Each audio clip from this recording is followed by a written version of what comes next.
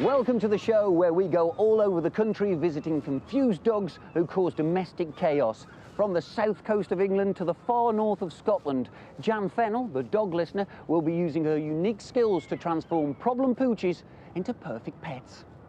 This week, we'll meet the Rottweiler that ate this chair, the Border Cross that turns into a whirling dervish, and the Terrier that dines on doors. Jan Fennell is the dog listener. Jan has studied the behaviour of wolves to learn to communicate with their canine cousins. Many owners have problems communicating with their dogs, but imagine what it's like when they don't share the same language. So is it true that he only speaks Swedish? His last owner was Magnus Hedman, the Swedish goalkeeper, and he only understands Swedish commands. So you're learning Swedish now? Is that true? Well, my husband said we've got a hurdy-gurdy dog, and he threatened that I'd have to go to night school and learn Swedish. What words do you know in Swedish?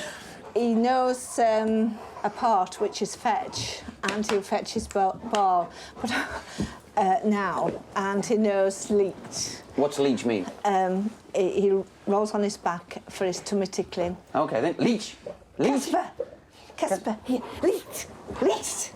Leech. Ah, yes. I like that. A Swedish-speaking Rottweiler. That is very good. So what is the problem with him then? Because that's quite good. Well, he's learning a little bit now. But he chews. He chews everything. My shoes. Have you got your shoes there? It doesn't take him very long, 2 seconds, and he's eaten them. That's his chair out there. And he has a chair. That was fine before he came.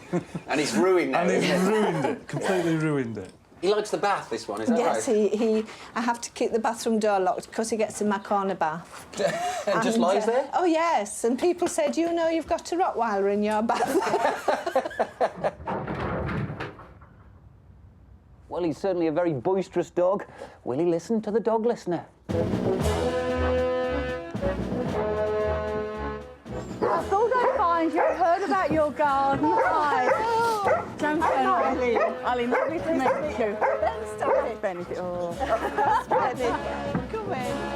Hi. Hi. I'd heard about your garden. Oh, yeah. This is Tony, my husband. Lovely to nice meet to you, meet you. Tony. Hi. Oh, it's beautiful, isn't it? Yeah. You've got a problem, I think. We have. We've got Yes, Casper. yes. That's him shouting. OK, what's his problem? He's lovely, but he had a Swedish owner before we got him, so he didn't understand English, and I found it quite difficult to teach him how to behave, really. But the main thing now is that he chews everything. Can I just blow one myth for you? The fact that he had a Swedish owner Uh-huh. doesn't create the problem because he doesn't understand Swedish or English. Right. You see, Swedish, English, gibberish. Right. They're not his language. What's his language is canine. Yeah. So what we've got to do is we've got to look through why we're getting all these muddles. So let's go in the house. If you'd like to Okay. bring the guys in, Yeah, and then yeah. we'll... Hey. OK? Thank you. Come on, Kaz. We're Can going you in. bring Casper? Good boy. Benny, Come on. come on. Come on in. In. Good boy. Yes, I'll go in. Your dog's problem is not that you've used Swedish or English. It's that you haven't used good canine. Now, at this stage, I want you to... He's trying desperately. He's leaning on you, doing everything in his power to make you speak to him. He knows that if he pushes on you long enough, you're going to say, "What is it, my darling dog?" Yeah? And that gives him the information that he doesn't need, that he's the leader. This means he's responsible for you. And when you go out that door, what does he know? You've gone. He knows no more. Panic sets in. And destruction in the home is all because they choose something and rip something. It kicks in a natural endorphins. It's like when you have an accident, the adrenaline rush. Yeah. Their own morphine Yes. helps them cope with the pain of losing you. All right. Yeah? Yeah. So it's not being a bad dog. He's not thinking, oh, I'll chew this up to show them. This is not a bad dog. This is a beautiful dog, highly intelligent dog. And right now he's saying to me, speak to me. My answer is not now, sweetie. And then I'm not going to speak to him. I am, but when I'm ready. Yes. But you see, if I speak to him now, I might have to say, Your Majesty. Yeah. So the bad news, and just push him away when he's licking you. He's trying desperately. He will go through a repertoire. He may try to lean on me. Look. Yeah. What he's doing is, I'm here. Yes. I'm here. Yeah. I'm here. But sadly, people misinterpret that and think that the dog is being affectionate. He is being affectionate, but it's on his terms. Right, yeah. Lick me, I want a fuss now. Yeah. What you're saying is coming across to me as so simple and easy. Common sense, isn't it? How do we overlook things like that? Not just us, a lot of people. No, everybody, including me. We assume that because they're in our homes, they understand. We just assume that. I know I did. And then I realised, I saw the original horse whisperer, Monty Roberts, work Yes. with in a demonstration, and I thought, that's what I'm looking at, communication. Yeah. And of course it dawned on me then, twerp, they don't speak English, they don't understand English, they're canine. What I'd like you to do now is to build up leaving him. Right. So we're not going to do it with a huge, great separation, we're going to do what I call gesture leaving. Right. Now I'm going to ask you to get up, to go through the door, round, past the gate, Yeah. count to 5 and then come back again. But everything you do without speaking to him. Right, okay, totally Okay? ignore it. Just totally ignore. Just go and we'll stay here and then you come back and sit here, ignore him completely. Right. So, Okay. go. Let's see how it goes. Yeah, sure. It's very hard on you, I know, but I know, just go past him. You're fasting, right. He's got to move out of your way. Don't look at him. Don't let him go through that door first. Block him off. Perfect. Perfect. Don't look at him. That's the secret. You'll get used to this. You'll get used to. You'll Yes. feel more confident as this happens. At the moment, that's very, very strange for you. He's lost his baby. Look at the panic. I thought he would have scratched the door after. Yeah, he's panic-stricken. Where's my baby gone? They're not happy. They've lost one. They've lost a child. This is very stressful. Look, how would any parent feel if their 2-year-old just walked out of the door? That's what Yes, you've got. it is. The pacing around starts again. We're not It's happy. Looking out to see if he can see him this way. This is why it's a gesture. We don't frighten the life out of them. This is about building something better. They're Yes. not laying down now. They're No. anxious. They're anxious. They're looking to me. This is going interesting. round. Something very interesting happened there. They're looking to me. Couldn't hold it for long, but what do we do now? Now Tony's coming back. Tails wagging. Tails wagging, please. The hardship's going to be that he's going to ignore him when he comes in that door. Now this repertoire will get shorter and shorter until it only lasts a few seconds. Tony's going to come in. Try not to look down, Tony. Look at us. Brilliant. Yeah, okay. Right? I know this is hard now because you want to fuss him. But if you do that, you're paying him homage before you come back. You sit down and disregard him. Right, so what we're going to do now, Tony, you're going to be whoever's a fit on this game. I'd like you to do exactly the same again. Okay. And we'll see what happens this time. He's done a little bit more respect for that dog. That was much better. He stood back. That was confident. He stood well back. Yeah. Now let's see what happens. Because what we're showing you is, so what? But last time he'd run straight to the window, hadn't he? Yeah, Oh, it's so going we've got now. a little bit of a similar sort of performance now. Remember, they've been doing this for a long time. Yes. But if you were then to say, it's all right, darling, Daddy won't be long. Which is something I'm What you're saying to him is, I know, we've lost him. Right. We've both lost him and I'm as upset as you are. Right. Here comes the tail wagging. That's right. And he looks like, I've got him back, I've got him back. He's coming back, my baby's safe. Anxiety levels drop. But now Tony's going to come in authoritatively. Yes. Not apologise to him. He's not saying, I'm sorry, I've been away. He's saying nothing. He's ignoring him. They're taking that. That's wonderful. No, that's wonderful. That's wonderful. They're disregarding you completely. Oh, this is better than I could have hoped for. You can't play if you're worried. No. Two, yeah. It's amazing. And what they're doing is, instead of who looks after you, we don't care. I've never seen that, ever. I haven't. They're happy. Okay, so he's been out. So So he's what? been out. So what? Yes. I don't believe it. I don't. It's... That is sheer joy. Amazing, isn't it?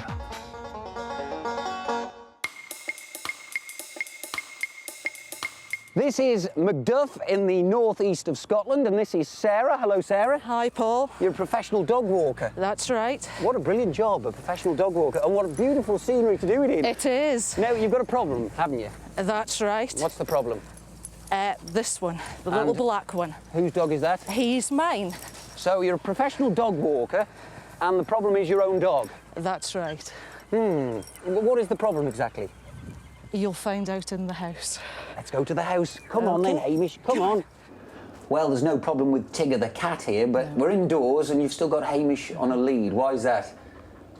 Because when I let him off, he's going to do what he does. Shall we have a look at what he does? Come on then. Go on. Oh! Well, he seems quite... Oh, here we go. Is he off? There he is, look. And that's it. That's his party trick, is it? That's his party trick. How do you stop him doing this? I shout him to him, put him on the lead, and make him sit. OK. Well, Tigger isn't too bothered by it. Look, Tigger's not more than used to it. Do you want to get him back then so we can have a little bit of a chat? Hamish, Come on. come. So what sets him off? The phone ringing, the door going, people walking past the window. What's he like when the phone rings? He goes absolutely mad. Chasing his tail? Yeah, barking. Round and round and round? Yeah. Why is that? I can't understand it. I don't know. Because he's a placid dog, isn't he? He's a great dog. He's a brilliant dog. So how have you tried to remedy this? He's seen 2 behaviourists. I've read heaps of books and nothing has worked. He's a lot better than he was, but he's not cured and I can't cure him. Will the dog listener be able to stop Hamish chasing his tail? OK, what I want you to do is to release that lead and just ignore him. Okay. I don't want anything... No, let him off. I'm talking about let him off. Right, OK. Take that lead away. Because Okay. you see, while you're set... Now, watch. I'm going to show him how to behave with me. I'm going to insist that he just respects me. Remember, you know, body space. You know about it. I know about it, yeah? Right, now you see, all of this is just about I can't cope. I can't cope with the world. What do you normally do? Tell him to stop it? I say, no, stop it, come, sit. So you say something? Yeah, That's where you're wrong. You don't say anything. You see, if he does that and you say anything, you know, like rhubarb and custard, Yeah. you are saying, I am paying you homage. Yeah. Yeah? Aye. Now watch. Just leave him, let him go. He's going to learn consequences of actions. You see, I do not hurt him. Yeah, But he's all extremely stressed now. He was stressed before. I mean, extremely stressed. he's This is a worse, very, yeah. very sad dog. Like, we're a long way, got a long road to go. We can do it. I'm not worried about that. Okay. All I'm doing by that is I'm showing him, what are you doing that for? He knows you're distressed. Yeah. Yeah. I know. Yeah. I know. I see. Yeah. Don't be ashamed of feeling like you do. You love him. I hate seeing him like that. I know, so don't worry. I really do. Don't worry. It's going to be over. We're going to stop this. Okay, he's going through his repertoire. What I want you to do is go to him, take hold of his collar, bring him to you without speaking. Don't speak, don't speak, don't speak. Just take hold of his collar, bring him to you. Now sit down, don't speak. Okay. You're going to teach him consequences of actions. Every time he does that, you're going to take up. But you see, when you talk to him, you're winding him up. When you are saying to a dog, do what I say, do what I say. Don't think to yourself, do what I say. So are you wondering, they're following you around going, what do you want? What do you want? What do you want? All day long, every day. What do you want? What do you want? Tell me, tell me, tell me. Would you like a life like that? No, particularly. No wonder he's stressed out. No. So what we're going to do is we're going to invite him to think for himself. Yeah. What I'd like you to do is just get up, go to the kitchen and come back and sit down again without speaking. Okay. And if he starts to spin, you know what to do. Yeah. Just do that. Just walk it. Don't look at him. Right, But then you okay. made a glance there. Yeah, I know yeah, that. yeah. Go to the kitchen. Right, come straight back in. Take hold of his collar. Bring him to you without speaking. And sit down. Don't speak. What you've got to show him is, I can do as I like. Yeah. Now, you're actually making him think, why was I doing that? Yeah. Any word confuses the issue. Right. Actions speak louder than words. Yeah. Release him again. Again, don't speak. Nothing. I find that very difficult. I know you do, but the thing is, remember, the secret of this work is the more you can do without speaking, the better. Because when you do speak, you're going to have warmth in your voice, you're going to have so much affection, it's going to be all positive. Now, he's done that on his own free will. Yeah. But he sat next to me. Yeah. Why? Respect. Yeah. Yeah. He's thinking, hang about, you have not demanded of me. You've not put pressure on me to take care of you. Yeah. Yeah? Yeah. I want you to go out to the kitchen again and come back. This is all a build-up. Okay. Don't look at it. Right. Go to the kitchen. Come back without speaking. That's better. That's better. Now we're beginning to get there. Do you see the difference? Yeah, he didn't take a flop. He didn't think, oh, where's my baby gone? Yeah. Yeah. Every time you speak to him, he's going, oh, I know. Yeah. Let's give him a respite. Nice period of 4 days at least. When you feed him, straight in, stop that. And he stopped himself there. Do you see what he did? Yeah. Yeah. So we're ready. But look, he's not distressed. No. You were able to stop that like that. He's already learning. Yeah. Wow. I'm now going to see what happens. As you said, he's got quite a problem with the phone, hasn't he? Let's see what happens when we ring the phone. Because the vital thing is, it's how you react, not... Take hold of him, take hold without speaking, just take hold. Just take hold without speaking. We may have to put him on lead. No, don't look at him now. Come on. Yeah, just ignore him. Just ignore him. Okay, so I'm going to once again, now going to show him how to behave when that phone goes, because I'm going to lead by example. Watch.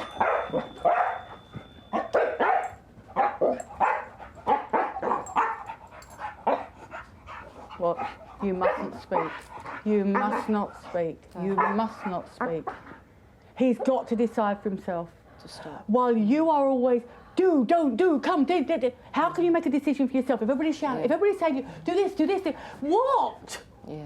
You can't make one decision for yourself. Hamish, come on, love. Hamish, sit. Oh, good man. Good boy. Good association. So when he hears that phone, instead of thinking, oh my God, he'll think, there's something nice coming. Yeah. Okay, do you see what happens? Yeah. Traditionally, you've been told to make something of it. Yeah. I'm saying to you, make nothing of it. It's over to you now. Okay. You can do it. Right. Yeah? Yeah. He's going to be fine.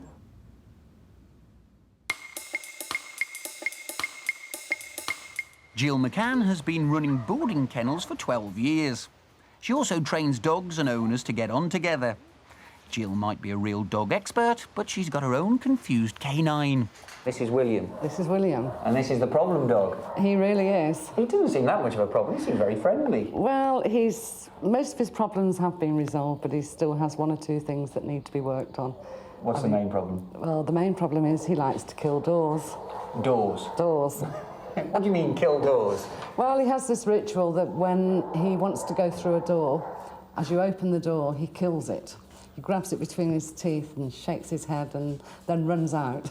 Right. Would you like to demonstrate this? Oh, yes. Will you do it now? He might do. Let's have a look then. So, what do you do?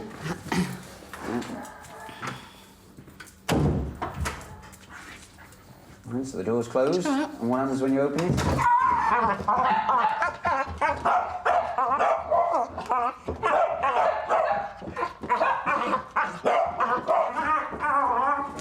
Now, do you know why he does this? Have no idea. He's obviously... Let's bring him back. He's obviously... There's some association with doors from his past. We've only had them for about 6 months. We don't know what happened to him in the time before we had him. He came to us as a last resort because no one could cope with him. He'd had about 8 homes in his short life. He's only 2 years old. When we first had him, he couldn't tolerate other dogs at all. You couldn't have him in the same room as another dog.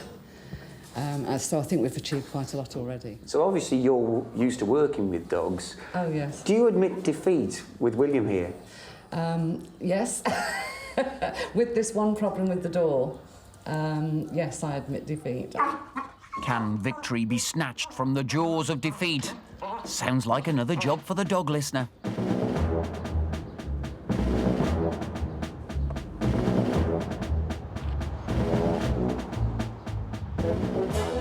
This is just a dog in a muddle, which you already know, don't you? He's muddled up. What I want to do is immobilise the door back, yeah? But just at this stage, he's just in a fearful pickle. This is stress. Yeah. To me, all that's happening here is we've got acute stress coming out, and it's just getting worse and worse because his head isn't right at all. You know, do you see what I'm getting at? So I've got to get a pattern of what. Don't look at him now. It's important you don't look at him now. What I have to look at is not just him in his individual case, but his relationship with the other dogs. So. You know what you're doing, so when you come in, you ignore them. Yeah, but does everybody else? Some people will obviously wind the dogs up and want to interact with them. It's not just what they do with William that's important, it's what they do with the rest of the pack. Because without realising, he's watching everything they do. So if they can push you around, then he can. Thinks he can. Yeah, he knows that you're not worthy leaders. The rushing out there is defending the den. And to him, that door being shut means he cannot defend the den because, let's face it, to a wolf, the den has not got a door on it. You know, it's just an entrance, isn't it? It's open. And they can go in and out to protect their babies. But I sincerely believe that what we've got here is a dog that's just making a big issue of that. And we need to play that down, make a good association. But that will work coincide with changing all their minds about who's in charge. I know you are very, very au fait with what they think. You're au fait with what's going on. You've got to get everybody on side. Because without everybody, William cannot be helped. It's as simple as that. What I'd like to do is pop a lead on him and just bring him away from the door without speaking, not a word. Just pop it over his neck. Don't say anything. Just bring him away from the door. Do as much as you can without speaking, because we want to make. What he's doing is making something of nothing. We want to make nothing of nothing. Yeah. And when he's calm completely, it's going to be a bit bouncy up and down for you at the moment. I'm sorry, but what I'd like you to do is just release him. If he goes back to it again, just pop the lead on and bring him back. Release him now, because I can see he's just steady off. See what happens, ignore him. If he goes back to that door in any way, shape or form, any of the old behaviour, straight to him and put him on lead. Right, straight to him. That's it, my love. That's brilliant. Back over. He's learning consequences of actions. I'm going to open the door again. I'm going to go to that door, and this is brilliant, because he's got to see that we, the humans, are the ones that are in charge, and him not to worry. This is all about taking this awful job off him. And I'm convinced that a month of doing that, and he's going to be what door? It's great sussing out their problems and working with them and seeing it through. You can do it. Yes, you? yes, can. Yeah, you're happy with that? I am, very. Look at that. 1 month after we first visited William, and he's totally ignoring the door. I can't believe it. Look at that, William. No interest whatsoever. Jill, a success. Absolutely. Yeah, I think we can now safely say we can replace the door and redecorate. Hooray! Well, that's it for this show. Jan and I will be back with more canine challenges next week. Bye-bye.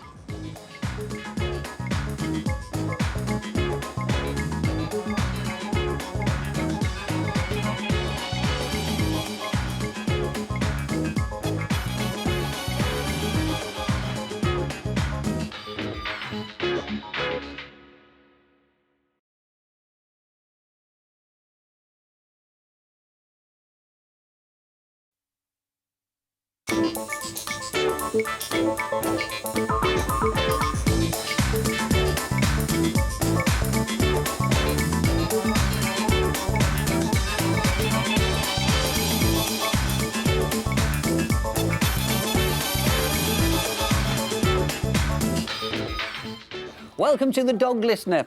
Now, most poochies fit perfectly well into the family home, but on this show, we visit the people whose dream dogs have turned into canine nightmares. In Brighton, we'll meet Murphy, the teenage yobbo. Then in Woburn, there's Max, the dog who hates walkies. And Oscar and Ollie from Halifax. They love walkies, but their owner doesn't. To the rescue comes Jan Fennell, the dog listener. A dog owner and trainer herself, she went back to the wolves to learn their non-verbal canine language. And now she teaches it to dog owners whose many problems are usually due to poor communication with their pets. The pets have somehow got the message that they're in charge, and that means trouble.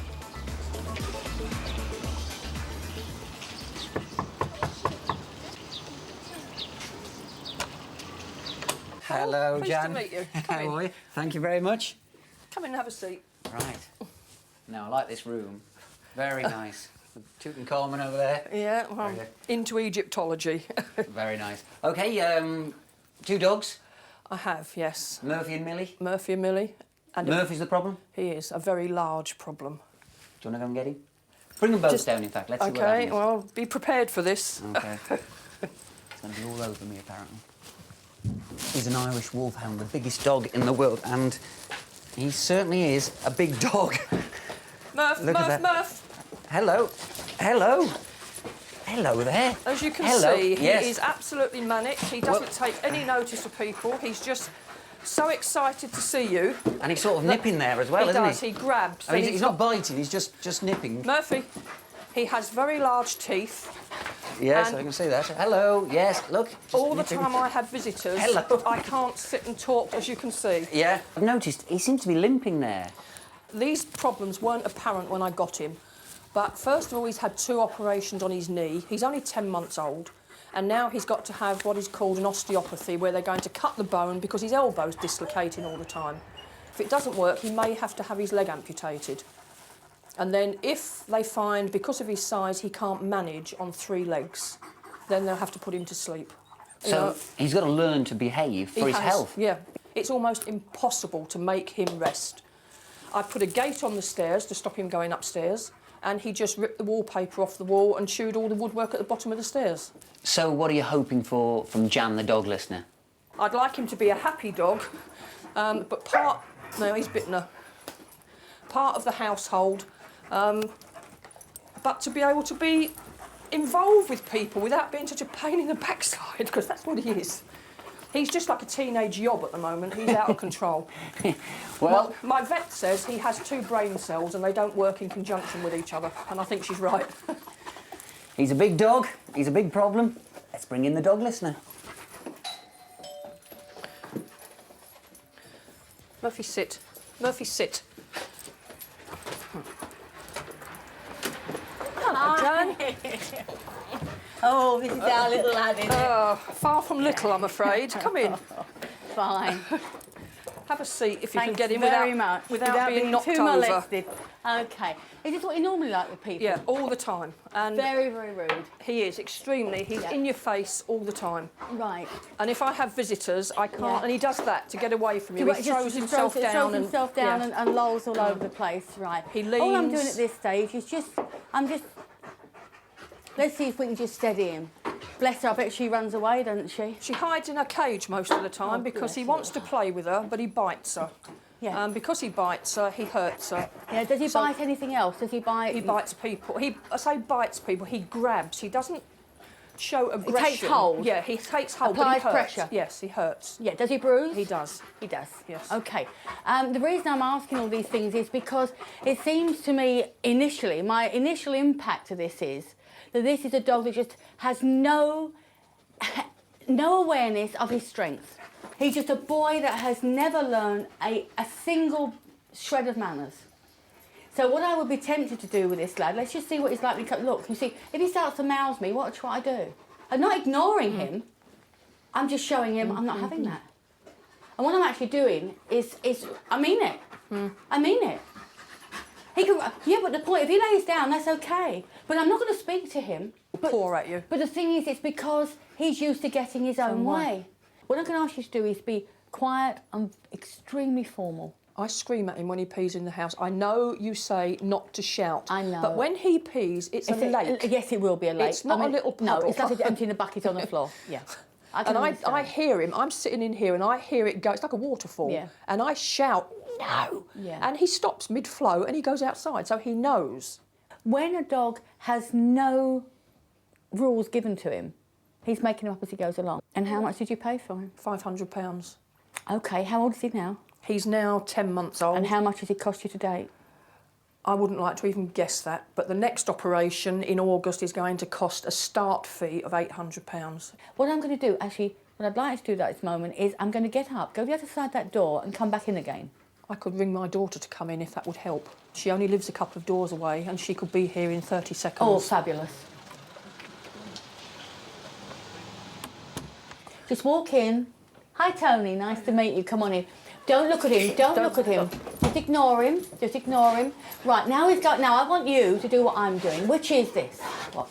Tony, he's gone back into the old routine. That's it, I say he throws himself It's all around, right, he's it's all like right, a he can throw lunatic. himself around. But watch what I don't get cross, you must not get cross. It's her as well, ignore her too. Don't look the at other her thing either. is, you've seen Dylan on him, it's as much her. She's only just started doing Yes, that. I know, but the point is they're both doing it. If you don't deal with both dogs, yeah, can't happen. Yeah. You can't do this with one dog on its Not own. on. It must be both. Okay? I was Now- saying he bit you yesterday, didn't he, when you ignored him? Well, that's because, you see, if you just do nothing, he's saying, speak to me, speak to me. He's going to learn there's no value in what he's doing. None at all. You know, where's it getting him? But notice how I don't get cross. We do, don't we? I mean, you don't get all that cross, do you? Look. We're back to Kipling here. If you can keep your head while those about you are losing theirs. You see, when you're so big, when you're as big as he is, you see, I will not get upset. Because how can you teach anybody? I'm not hurting him. He's hurting him. When I feel he's actually relaxed, he's going to be rewarded for that by me letting go, that's all. I won't speak to him. Don't look at him. If he comes at you again, just don't look. No. He's got to learn. So this is what you're going to have to do. But remember, you've only got to do it like this a couple of times. Now, watch. He's thinking, well, that got me nowhere. Reward again. Don't look. Just look, push him away without speaking. Brilliant. Brilliant, that's wonderful. Let him think about it. You can get to the stage where you're on the floor with them and they don't feel they've got to leap all over you. Give a bit of noise. Yeah. Well, Murph, that's a miracle, Murph. Absolute miracle.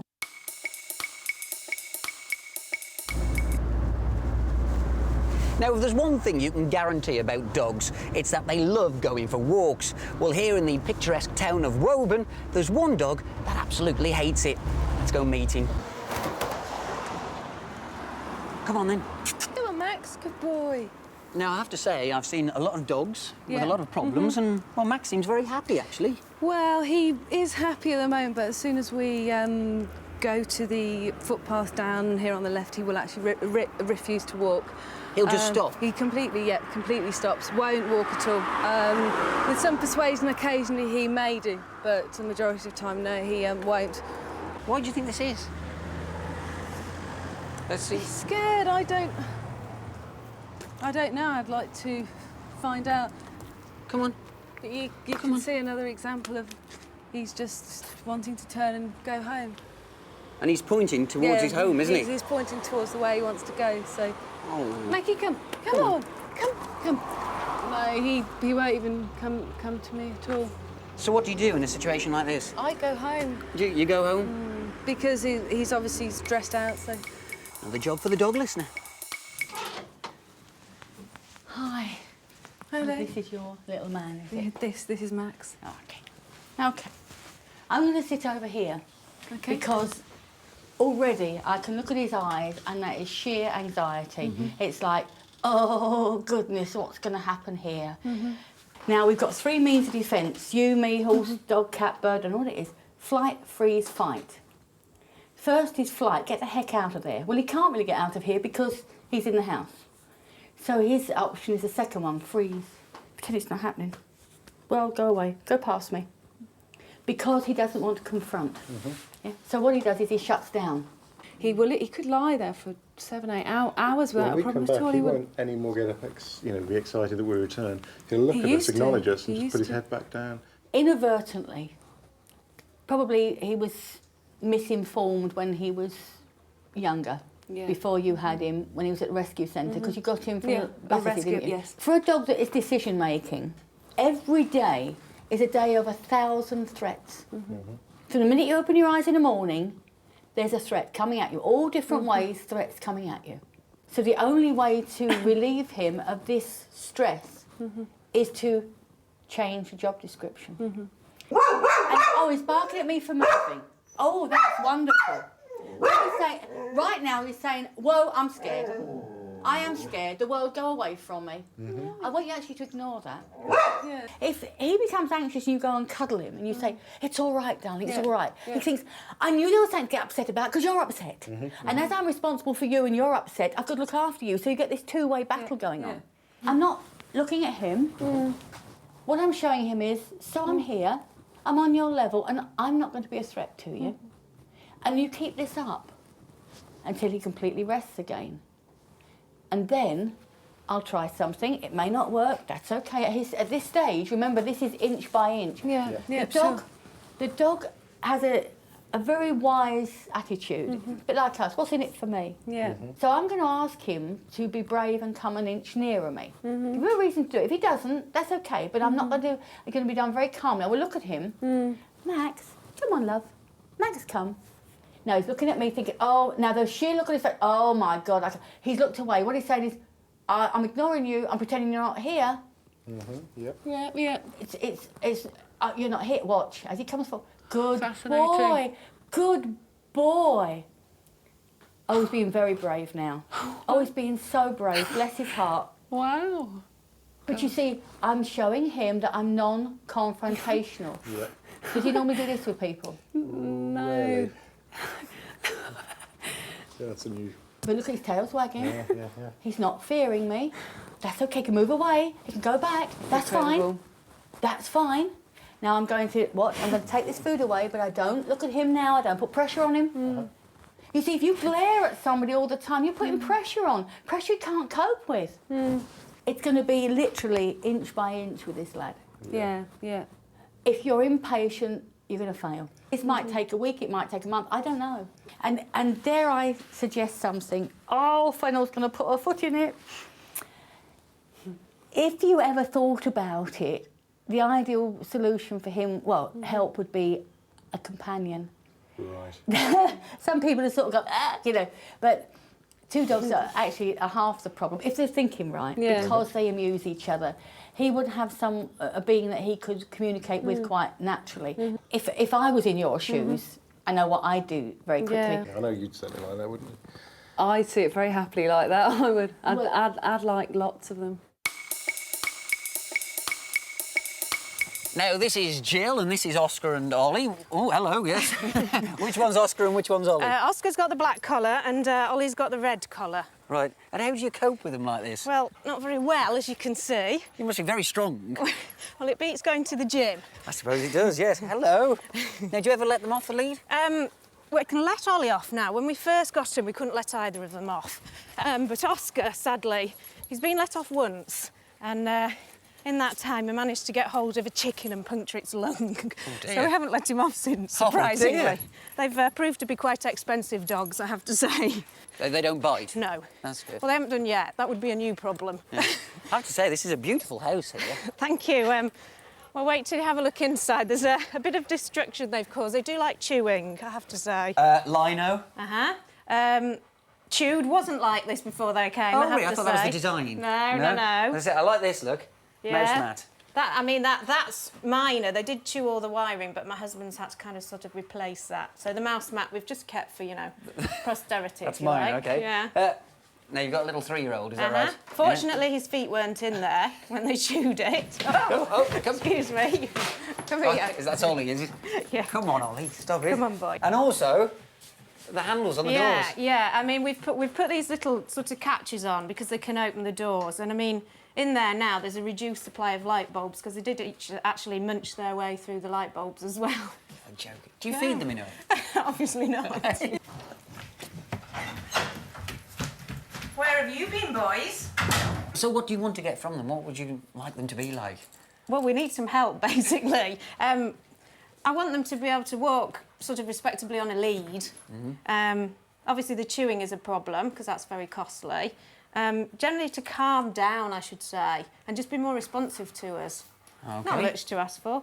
Well, good luck. It's a job for the dog listener.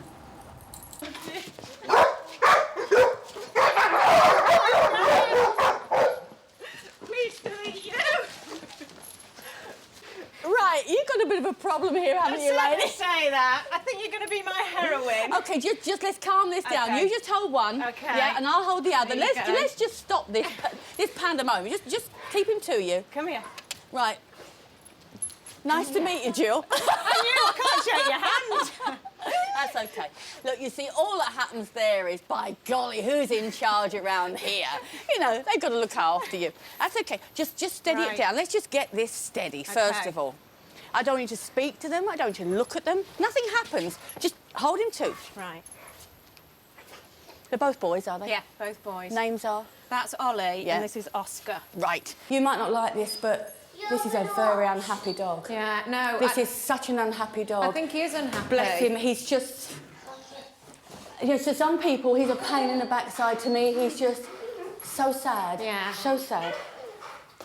OK, let's just get them under control like this now. Let's just settle down.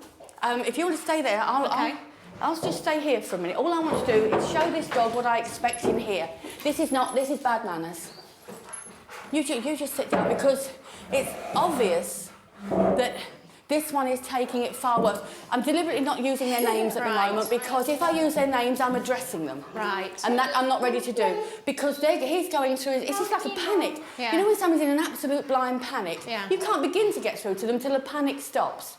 So I'm going to make no efforts to communicate. I'm not going to be nice to him. I'm certainly not going to be nasty to him. I want this to stop. Now, you know, they're 18 months old. Yeah. Have you had them since they were puppies? No, we got them out 6 months ago. What happened was they were bought by a guy who'd gone through a divorce, a sort of consolation prizes for his teenage daughters. Yes. But he worked, and I think when they got out of the cute Andrex puppy stage, and they started, you know, sort of wrecking the house, etc. I don't think they could cope with them, basically. These have never been beaten or anything like that. That's quite obvious. All they've done is try to please, and nobody's given them any boundaries. Nobody's shown them the way to please. So all the time they're trying to please. They want to stay. They want to be part of this pack, but don't know where they fit in. Yeah. So what we need to do is give them very clear but very, very simple rules that they can find easy to follow. So he sees himself as pack leader then? Oh yeah, he's responsible for everybody. And more so where does... Well, the other, we see, Ollie there, what he does is he's his backup, his chum. You see, it's just that he's the smarter of the two. But because he relies on him and he's confused anyway, he's confused and bounces off him. So you've got this constant... I don't understand, but nor do I, but I understand you because they understand each other's language. We don't know why we're doing this, but we think it's right. Right. So what we have to do is show them, basically, it's not their responsibility to look after us. Let's see what they're going to do. But if either go over the top, we put them back on lead. Right, okay. So just release now and sit up without speaking. Yeah. You see, what's happening now is we're busy. I mean, this is just what's happened. I've so got they're to check. assessing the Absolutely. environment. Now you see when they. Oh yeah. I mean, I've got to stand up because if they jump up at anything, don't tell them to get down. Right. Because that is if they jump up here. Yeah. And you say get down, you're actually speaking to them. Right. So it doesn't matter what you're saying, they've got you. Yeah. They've got your attention. Right. They're not too bad. I mean, I'm tolerating that. This is not control. I'm not going to control their actions. I'm going to encourage them self-control. Control their own. Right, push them down without speaking. Don't get upset. Okay. Don't get upset. Again, look, don't even make eye contact with the dog. We've got to make them think, what's in this for me? What's in this? Yeah. Absolutely nothing. Right. I'm going to just start moving around. I'm showing these dogs that I'm queen. Yeah. I can go wherever I want. They mustn't get in my way. I don't want them to follow me. I know he is still, but that's because, remember, we've said he believes he's kingpin anyway. So, you know.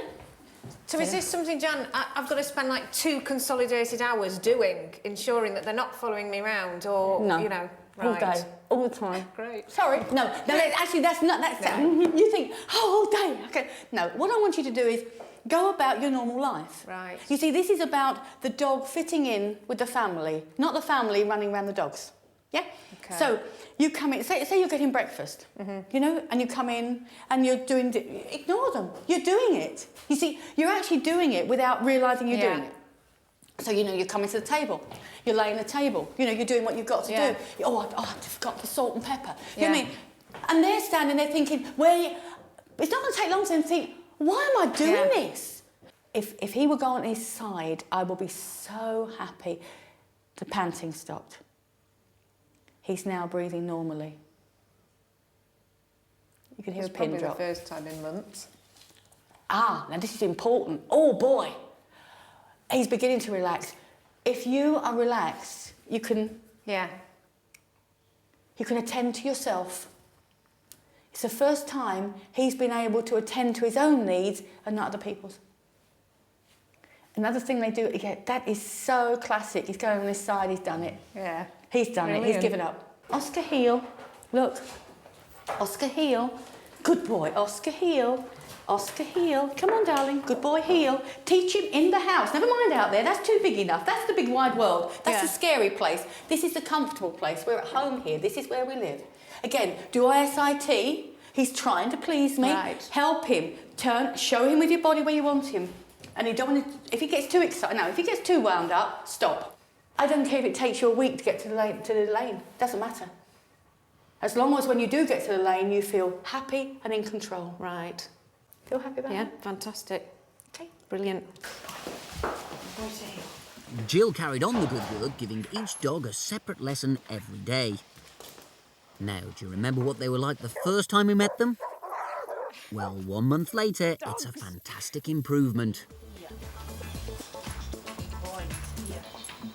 Here. Good boy to heel. Heel. Wait.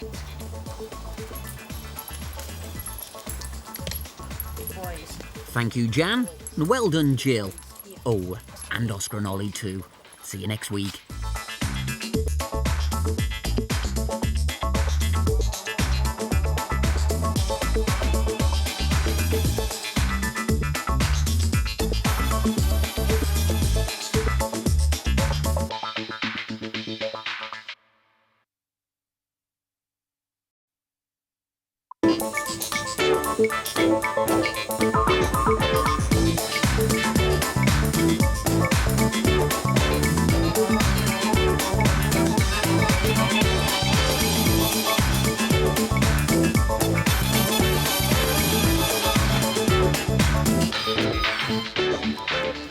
Welcome to The Dog Listener. Now, man and dog have worked together for thousands of years. They've guarded us, hunted with us, and just been our best friends. Well, on this show, we travel all over the country, and with the guidance of Jan Fennell, the dog listener, we help turn mixed-up mutts into perfect poochies. This is Sue, and this is Duncan, a very handsome Gordon setter, who Sue would like to show. The problem is, and the judges go towards Duncan. Hello there. Hello. Hello. Hello. He doesn't like strangers. We also meet Byron, a cute 3-month-old Cavalier King Charles Spaniel with a hidden problem. And then there's George, a bull mastiff with serious attitude. No. To the rescue comes Jan Fennell, known as the dog listener. Dissatisfied with traditional methods and inspired by the work of Monty Roberts, the horse whisperer, she studied the social behaviour of wolves in the wild and developed a non-verbal system of communication that dogs could understand. Using this language helps a dog to know its place in the family. They have to realise they're not the pack leader. The basis of this system is Jan's 5-minute rule. You ignore your dog every time you're reunited with it, initially for 5 minutes. The other important rule is to pet your dog only when you decide the time is right, not when the dog demands it. It sounds odd to us, but dogs understand it perfectly. Now, our first visit this week is to Halifax and a home with 3 dogs. Now, Gwen's very sweet, look. Yes, she's not frightened. Not frightened at all. She might be more frightened of the dogs. Yeah. And here they come. Hello there. Libby. Hello, I'm guessing this is Libby. Libby. Yes, very confident, not shy at all. And this is Duncan. Hello, Duncan. Well, Duncan's not scared of Peter anyway. Let's see when he sees me. Duncan. Duncan. Hello. Hello, Libby. Yes, yes, they said you are, Libby. Yeah. Oh, well, I see. Not too scared of me. So what do you think is the problem with Duncan then? Well, he is very nervous normally of people if you try and speak to him. There we are. He's realised that he doesn't know you. Ah, right. Then he'll... The realisation. Lots of people, yeah. I see. Duncan. Yes, he's off now. Come on, lad. Come on, Duncan. Good girl, Libby. Libby. Hello, not you. He actually... Duncan. This is what he's hiding behind us here. Ah, I see. Yes. They are rather unruly anyway, Hello I there. have to say. Come on, Duncan. Come on. I see what you mean. When we picked him, he was in a litter of the 3. Yes. And he was one that seemed to be most independent, which we thought would be actually good from our point of view. But that independence seems to have translated into a fear of people. Duncan, Duncan, come on. Hello. Hello there. He didn't. Hello, come on. Come on. He doesn't want to say hello. You do, don't you? You're not shy. And Gwen, you're not shy either. So what do you think it is? Don't know. I really have no idea. He's... various people have told me different things. That he suffers from a lack of confidence, or someone else said that I wasn't firm enough with him. That's hard to believe. Everyone that knows about dogs will give you a different answer for it. Now, so you show dogs, don't you? Well, just these 2 very unsuccessfly. You've got some rosettes up there. Yes, I know, but they're little shows. Little shows mostly. So what happens when you show him? I'll go in the ring and he'll move for the judge perfectly, but when the judge has to go over them, feel the construction and make sure that everything's as it should, he just won't stand and let them do it. Duncan even panics at the show training classes, let alone a proper dog show. Is there any way of stopping him throwing a wobbler every time he meets a judge? It's another challenge for the dog listener. Push off without speaking. Push her off without speaking. Now, you know, think about this. This dog has come straight in and said, "Fuss me now." That's what the dog's done, and you've gone, "Yeah, right then." So how can a dog push it without speaking? You're not going to have that. But if you turn around and say, "Get down, stop it," anything you like, you might as well say rhubarb and custard. You're wasting your breath. Because in the canine world, like most worlds, push him off. Actions speak louder than words. Don't look. Because if you look, if I look at you, Peter, you assume I'm going to speak to you. That's right. Yeah? If I look at you, it's attention's on you. What we're not having under any way, shape or form, this is a repertoire, this is putting everybody in their place, and my answer is please yourself. So what we've got here is 2 hoodlums that come in and push you around. Yeah. And you see, look, now I'll lick you because, we're having a think. You're not having that, push him off. I mean, Peter, can you see what happened there? Oh, I'll just loll on you. Self-control, that's what we want. We don't want to control them. It's not about controlling them. It's about getting them to get it right of their own free will. OK, well, just take hold of him and take him over there with you. I've got hold of him now. Let me touch him. Because I'm non-confrontational. Now, what I'm going to show you... It's Libby, isn't it? Libby, come on, love. Good girl. And she smile. Oh, she's smiler. Right, you see, the thing is, when we have a breed like this... Good girl, stand. I know she knows what to do. Now, when we stack them up, where can she go if somebody comes at her? Where can she go? I've got her now. I've stacked her, ready to show, yeah? Good girl. Good girl. All right, sweetheart. Good girl. Good girl. I always make a good associate. Good girl. Right, so I've got her stacked. And finished. Good girl. Now, you see, I was holding her. If somebody she doesn't know comes at her, flight and freeze are gone. Yeah, let him go now and come back to you. Do you see what happened? Flight and freeze are gone. So he's not an aggressive dog. No. He can't turn to aggression, so he just dies a death. She's trying to get very close to me. She's realising something, there's a change going on. They're nice and relaxed, that's lovely. Right now, how they feel is, they've got you to look after, and they found somebody who can look after all of you. Yeah. Wow. What we have to do is get them to believe that you're a leader. Right. That means when you go in the show ring and you ask him to take somebody coming at him, he will think, well, if it's cool by you, that's okay by me. He knows I'm not going to hurt him. I've given him every reason to want to be in my gang. That's the whole point. He now, of his own free will, is trusting me implicitly. Look, there's no fear. So if I came at him and looked in his mouth, no fear.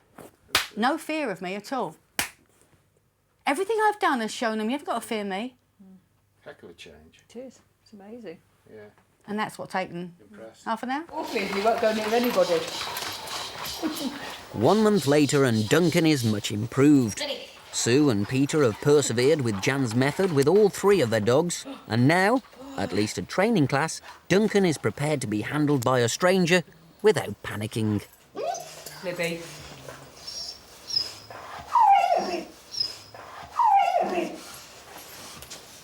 Gosh, he's powered up, hasn't he, sir?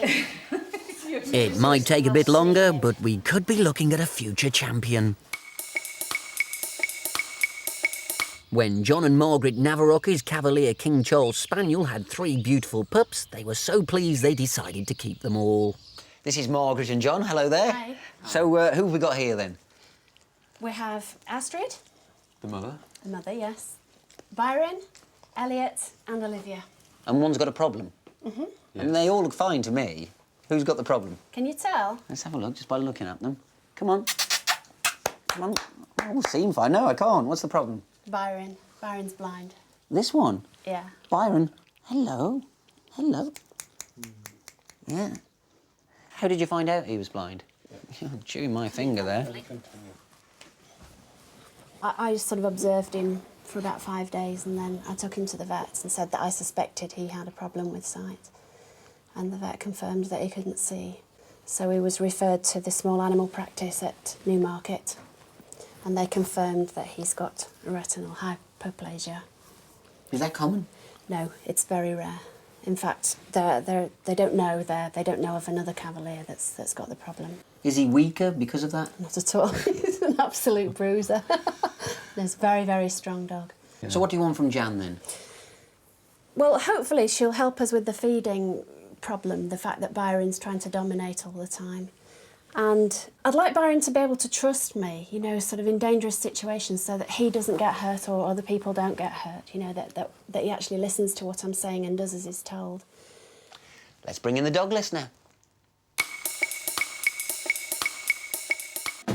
Byron is blind. It's an unusual problem for the dog listener. One good thing, which I presume you do already, is keep the furniture in the same place. Yeah. That's self-evident, isn't it? OK. And the second way we're going to help him is we're going to make them very much individuals, because if you call one, do they all come? Yes. Yeah, you get this. And this is very common. It's not just because he's blind. No. It's because this is very common. You call one dog and the whole lot come. They must learn they're individuals. Elliot, you see, now look, Elliot, come, good boy. It's only all... Now, what's happened here is Byron is in there, yeah? He's followed the... He's got exceptionally good hearing, which is wonderful. Now, he won't get it. Now, this is not cruel. He's going, I can't see it, but I've got to find it, yeah? Means of survival. He's not stupid. Now, if he goes ballistic like this, don't react. OK. You mustn't react. If you say to him, stop it, stop it, stop it, you're making something of nothing. With any dog, you shouldn't make something of nothing, but especially one like this. You see, I'm not rejecting him violently. No, no. The last thing I want for this little dog is any pain or fear. But what I don't want to do is add to his confusion. OK. So I'm being very definite. I'm saying, not you now. Right. That way, he will hear that it's nothing for him to move in on. Okay. Yeah. Right now, you see, it's all me, me, me, me, me, me, me, me, me. Instinct tells him he's got a problem, but he doesn't know what. You know, although you've got a problem, you still try to survive. I mean, it's a natural instinct. In the wild, yes, he would not survive because he couldn't keep up with the pack. So these puppies yet are not ready for me to do anything with until they learn their manners. Okay. And the way to teach them their manners is to just keep on as I am. I'm calm, I'm consistent, but I'm very, very convincing. I am determined. Byron, Byron, Byron, come, Byron, come. Good boy. Now, he came to his name, yeah, and he got the means of survival. He got the reward. I see, right. Do you see what happened? I redirected that. He can be very easy to work with. Smart little dog. Very smart little dog. I love him. Now, I mean, they're all beautiful, but he's great. So he followed. He used his hearing to follow that sound to his name. Kind voice. I mean, if you called him, Byron, get here, he wouldn't come. So again, Olivia, Olivia, Olivia. Come on, sweetheart. Good girl. Now, you see, he at this moment says, I've got to survive. Actually, is he a greedy puppy? Does he like his food?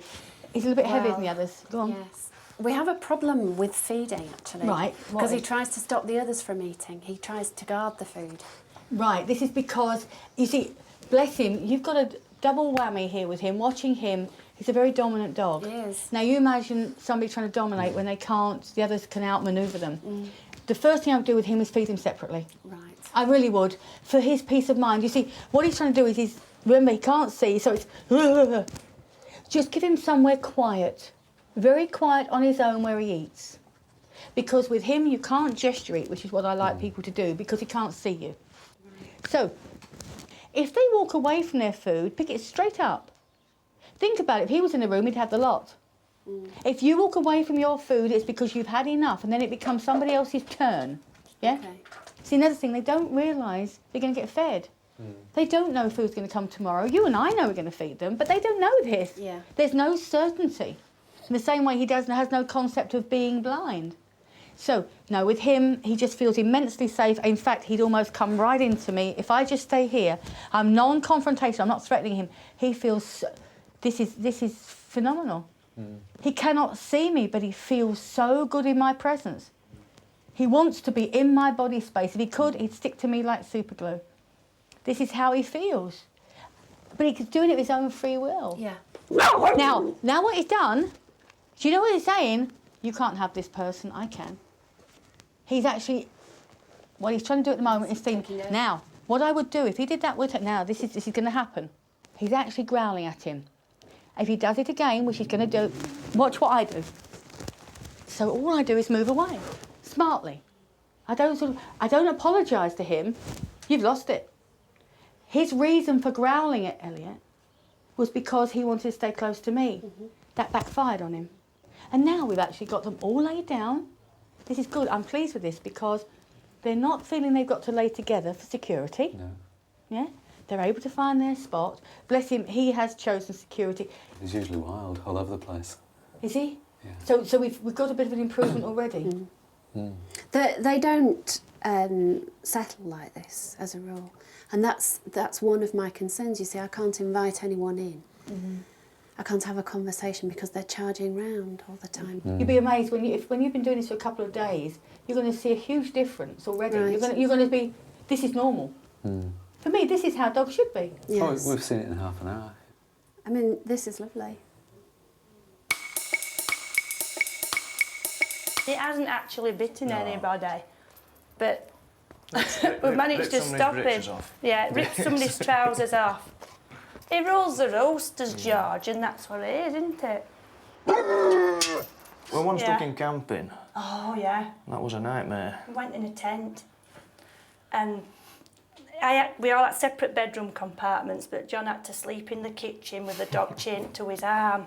I mean, he only went under the tent once when somebody... He only dragged me through once. Couldn't believe it. Straight up. It wasn't a holiday, it was an endurance test. We only stopped tonight. Joey!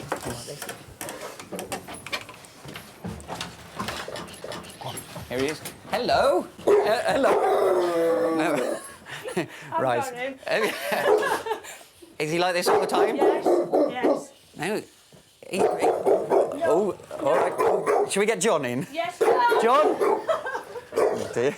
John! John! There you go. I feel a little bit safer now. Oh dear. That's a big, powerful dog, isn't it? He's wagging Oh, he's happy. He's happy to see me. That's all right, then. So what would happen if you let him go now? I don't really know. I mean, looking at him, I think he'd go for you. I don't know. Yeah. You know. Don't let him go. Don't let him go. So he might just run and look up at you and just look you in the face. I don't know. Do you regret having him, Michelle?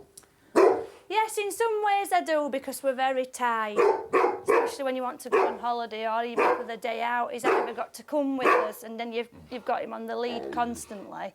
So we're stuck.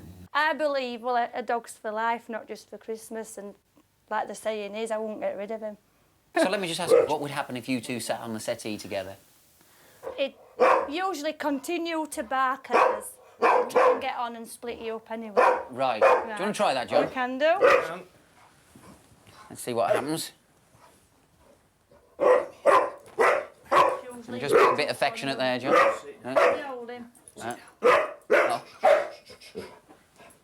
Oh. No, down. He really wants to separate you there, doesn't he? What? Who do you think he's jealous of? Who? I think he's jealous of me, because he likes you. It's John's dog. You know, you said he won't let you get together. Yeah. He's top dog. He and the alpha female are the only ones to breed. Any of the rest of the pack are inferior and must not be allowed to get together and not good enough to breed. Oh, all right. So that's why he objects. He's just determined to keep you apart because you may do something detrimental for the pack. Right. Don't look at the dog at all. And as soon as he reacts, he goes back out without any fear. Straight out, straight out, straight out, back where he was, without even... Now that sounds awful. Just take him straight back out. I've seen far more aggressive. He wags his tail while he's doing all this because he's barking. actually saying, I really want to be friends, but let's have a chat here. He's trying to communicate. Yeah. Right, I want to try something because that was nowhere near as bad as I thought it was going to be. This might sound strange. I want you to go back and get him, bring him back here. I'll show you what I mean. I'll show you what I mean. I want you to come to here, yeah? If he starts to bark, all I want you to do, say the door's up, if he starts to bark at me, all I want you to do is block him behind this door. Stay calm. And then when I signal to you, just open again. If he starts to bark, that's all I want you to do. I don't want you to take him right out there because there was something in that bark. You see, his tail's wagging.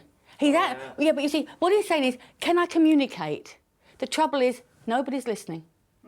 He's saying, I really want to be friends. I'd rather be friends with you. But if you're going to come at me, I'm ready to fight. It's not a mixed message. It's a very clear message. I'll take you on if I have to, but I really don't want to. We are just the calm ones. We're just the calm ones completely. You take no notice at all. Just see how far we can get in. Don't speak. Don't look at him.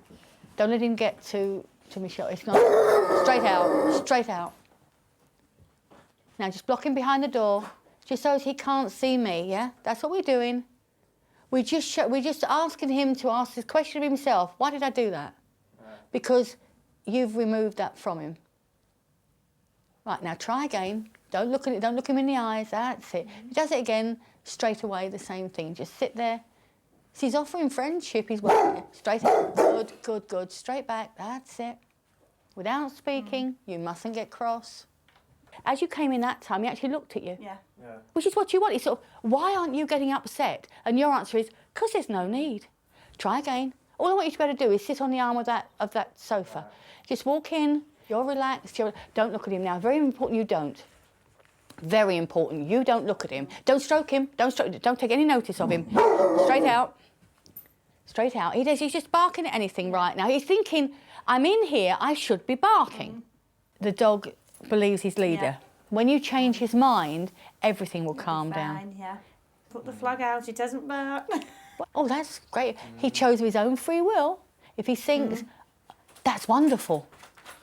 Yeah, but he can attend to himself. So I don't know how you feel at the moment. I think he's made a huge step in the right direction. Yeah?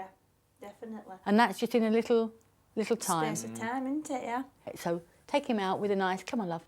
Come on then, George. Good boy. Lovely. Gentle, lovely. That's it. Come on. Brilliant. See how quiet you can be? Well, he's getting a different dog, isn't he? He is, yeah. Doing really well. Well, proof is in the pudding. John, do you want to go and get him? I'll bring him, aye. Let's see how he reacts with me. I have to say, I've visited a lot of dogs doing this job, but this one I'm really nervous about. Well, how do you tell your visitors to react? You've just got to ignore him and don't give him any eye contact whatsoever. No eye contact. No eye contact and just ignore him completely. You.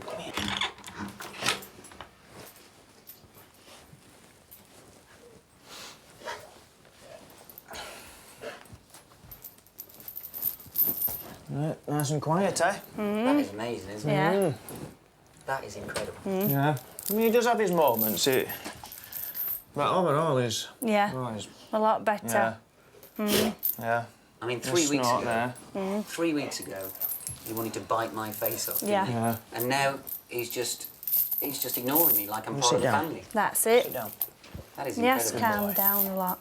If John and Michelle stick with the method, it won't be long before George is off the lead. It's a right result. It is a right result. He wants it. Yeah. George, come here. Just Sit. Give a paw. Paw then. Oh, good. Look at that. That's it for this week's dog listener. There you go, George. Good lad. Yeah, what's this then? This could be the start of a beautiful friendship. What's this?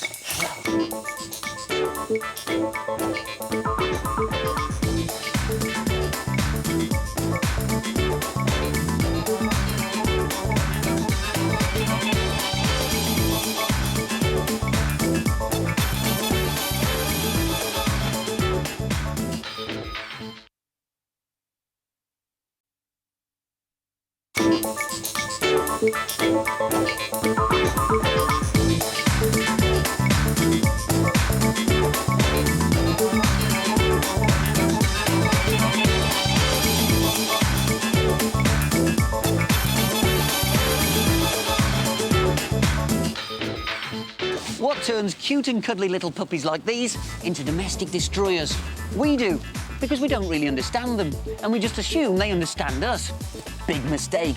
Puppy love can lead to demon dogs. This week we meet Charlie, the spaniel who can't stop licking sunbeams. There's Zach, the German shepherd who doesn't like police uniforms, but his owner's a policeman. And Molly, the Scottie, who's scared of strangers. To the rescue comes Jan Fennell, the dog listener, who has studied the language of wolves to help her to communicate with their canine cousins. She sorts out their role within the pack that is their human family. So, Ken, what on earth is Charlie doing? Well, he's chasing the shadows of the sunlight, the reflection. It's quite bizarre, isn't it? Yeah, it does your head in, really. Does he do this all the time? Only when the sun's shining, and it's difficult because he starts dribbling all over the floor and it gets a bit messy, really. It doesn't have to be sunlight. It can be a torch, any reflection of anything shiny or watch. So he's running round people's feet while they're having dinner and slobbering down the walls, which really is a bit antisocial and not very pleasant. So I would like him to stop doing it, really. What about when he's outside?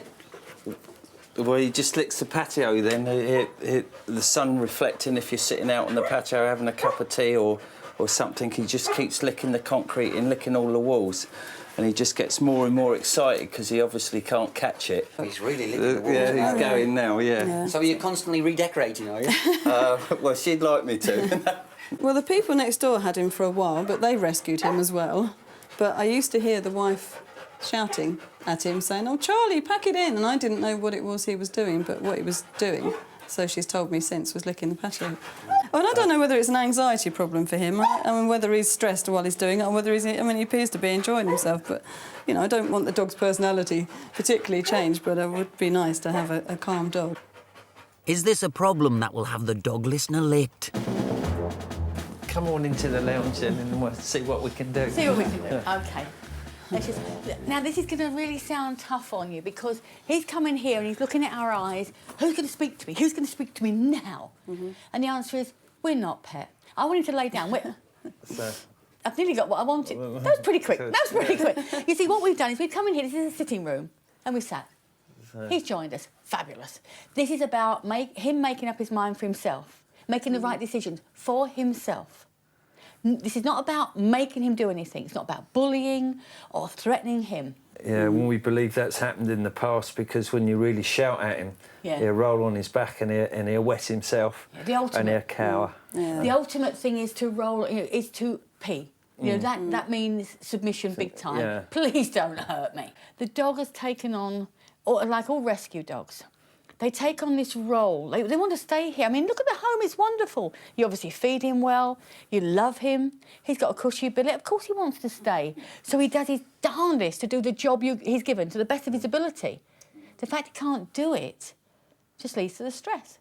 And he can't do it because, without realising it, you've given him the job of leader. A dog will actually start something that people think is highly amusing. You see it sometimes where puppies grab hold of somebody's sock and give a tug. Yeah. Oh, look at that! So they think it's great fun. But when it's a fully grown dog that's yanking on your foot, they go, the dog's wrong. But they've created that problem. So I think, as I said to you before, somebody's flickered the light and thought, hilarious, look at this, you know. Yeah, you're probably right there, because I can't take him for a walk in the evenings with a torch. And during the winter, you struggle around in the dark, tripping over everything, because you can't switch a torch on, because he just goes mad with the torch, really. Yeah. Somebody's done that. And the stress has to come out. And his way is that somebody started this silly torch thing, this light thing, and then he becomes fixated on it, and it's all just too much. And another thing that's important here is your reaction to him doing that. You say to him, stop it, stop it. Inadvertently, what you're doing is making something of nothing. Now it's just a blinding obsession. So Happens in humans, That's come doesn't from a it? performance, then, if you like, to an obsession, or... It's gone beyond that. It's gone way beyond that. What we have to do is, first of all, convince him the sigh. Brilliant. You may not have heard that, but he actually went... The sigh is wonderful. That means he's finally relaxed. So. We all do it. Yeah, Oh. she does it when I stop snoring. I know that feeling too. Right, so you see, when the sigh comes, then he's finally said, OK, I'm not on duty. He's now got his eyes closed. This is a dog with stress being removed from him. That's what we need to do, drop his stress level so much that everything, all the obsession, everything becomes calmer. Charlie, come on, love. Charlie, come. Come. Good boy. Oh, what's that? Good boy. Good boy. You notice I'm stroking him here. This is the head, neck and shoulder. This is the kill zone. Stroke this area only. Yeah. Just for a few moments, affectionately, warmly. And now here comes the hard bit. Stop. You're now showing him, I've had enough. I'm the leader. Don't look at him when he comes to you. This is important.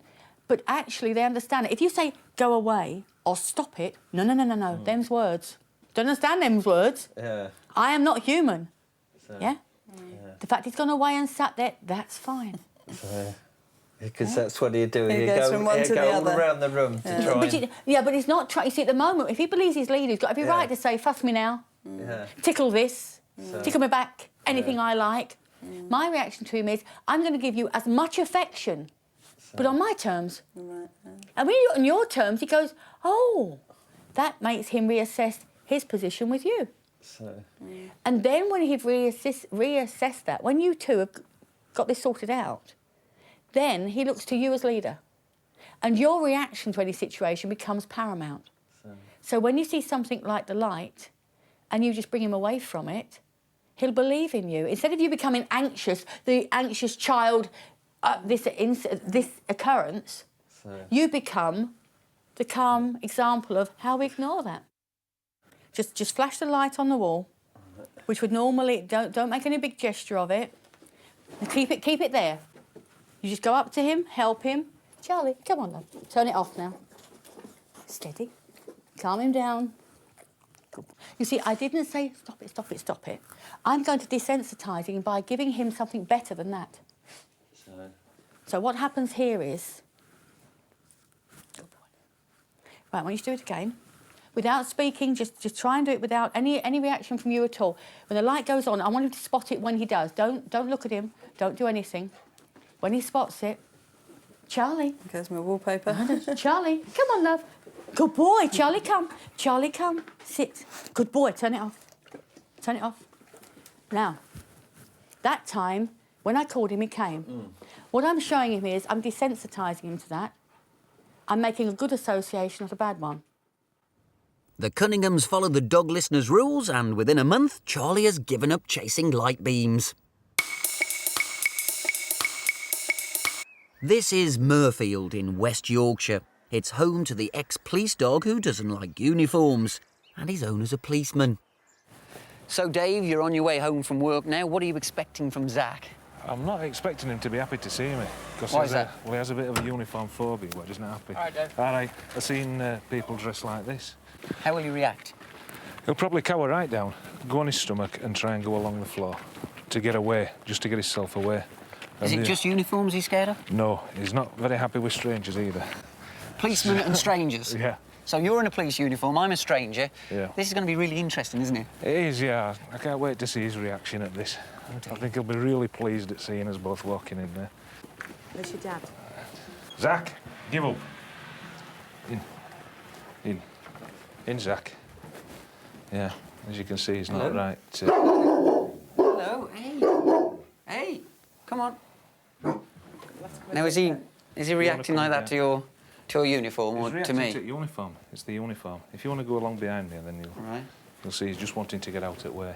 Yeah, and he can't get it back. And he can't get it back at settee, and that's what he's after doing. He's just getting out at way. He's just wanting out at way. He's going really low, isn't he? Yeah. He's careful. See, that's the reaction to you, is that one? Yeah, he doesn't like me, does he? Apart from the barking, he's like pretending not to be here, isn't he? Yeah, he thinks if he goes any lower, look, he's trying to get it back to there now.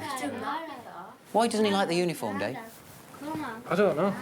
I don't honestly know. I got him from kennels, and I think he's had a go at a job at some time, and I don't know what's happened to him. Something's probably bad's happened to him at some time, and he's just remembered it. Well, but I don't know his history. You get changed. All right. Make him happier, I'll come out as well. Okay. No.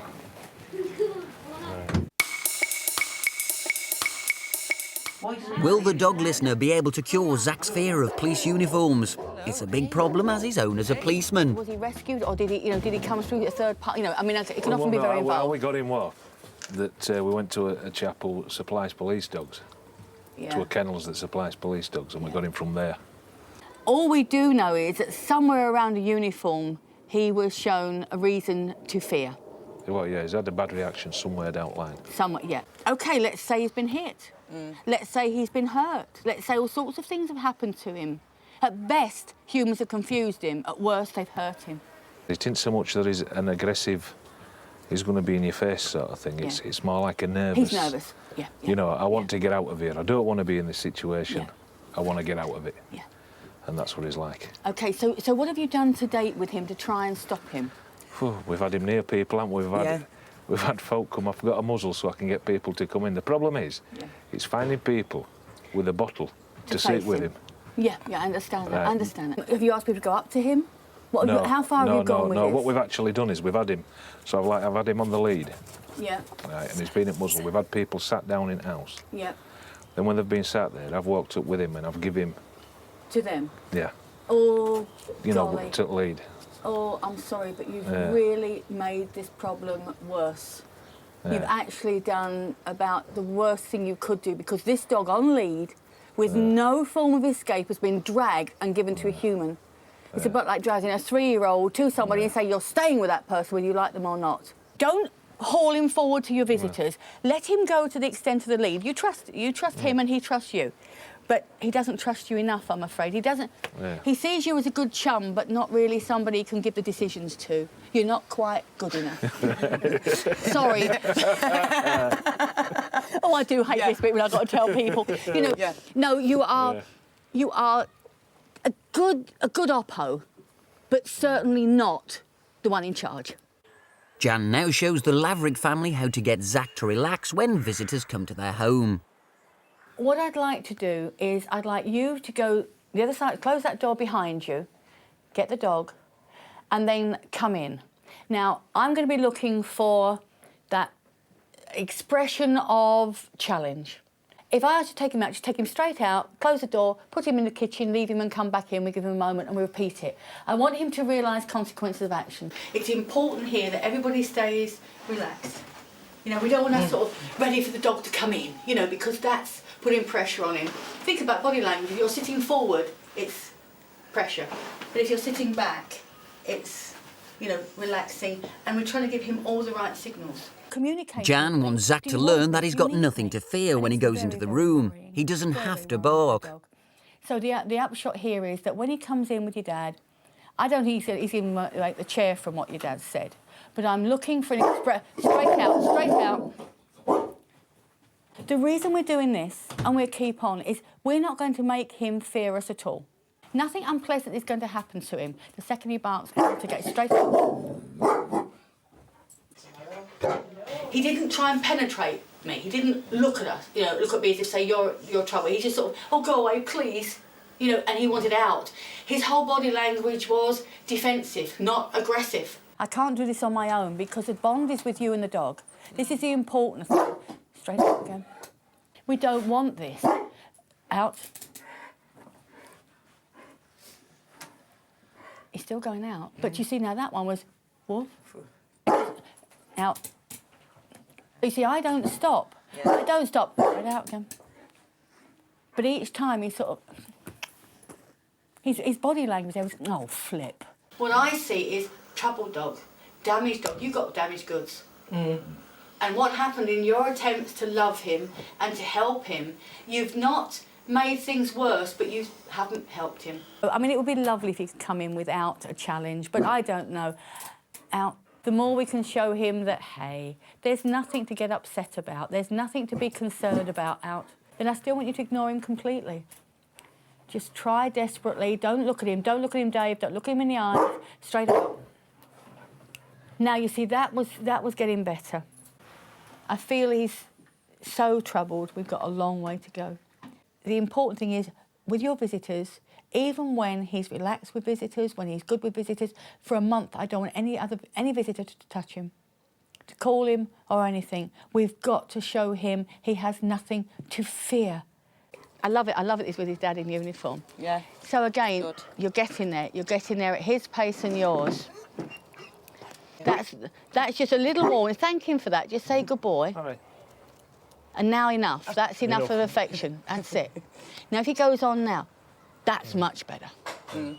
That pleases me no end. Dave and Tracy have persisted with the dog listener's rules. They ignore Zach after a separation and they get their visitors to do the same. And it's worked. It has been difficult, but we have tried with him. We had trying. No, you haven't tried. You've succeeded. I am so proud of you. I love it when things come together like this. I would say, I mean, I can't say like you how long before you feel that he's quite happy to be let off, but I don't think it's that far away. Zach's a happier dog, even with Dave in his uniform.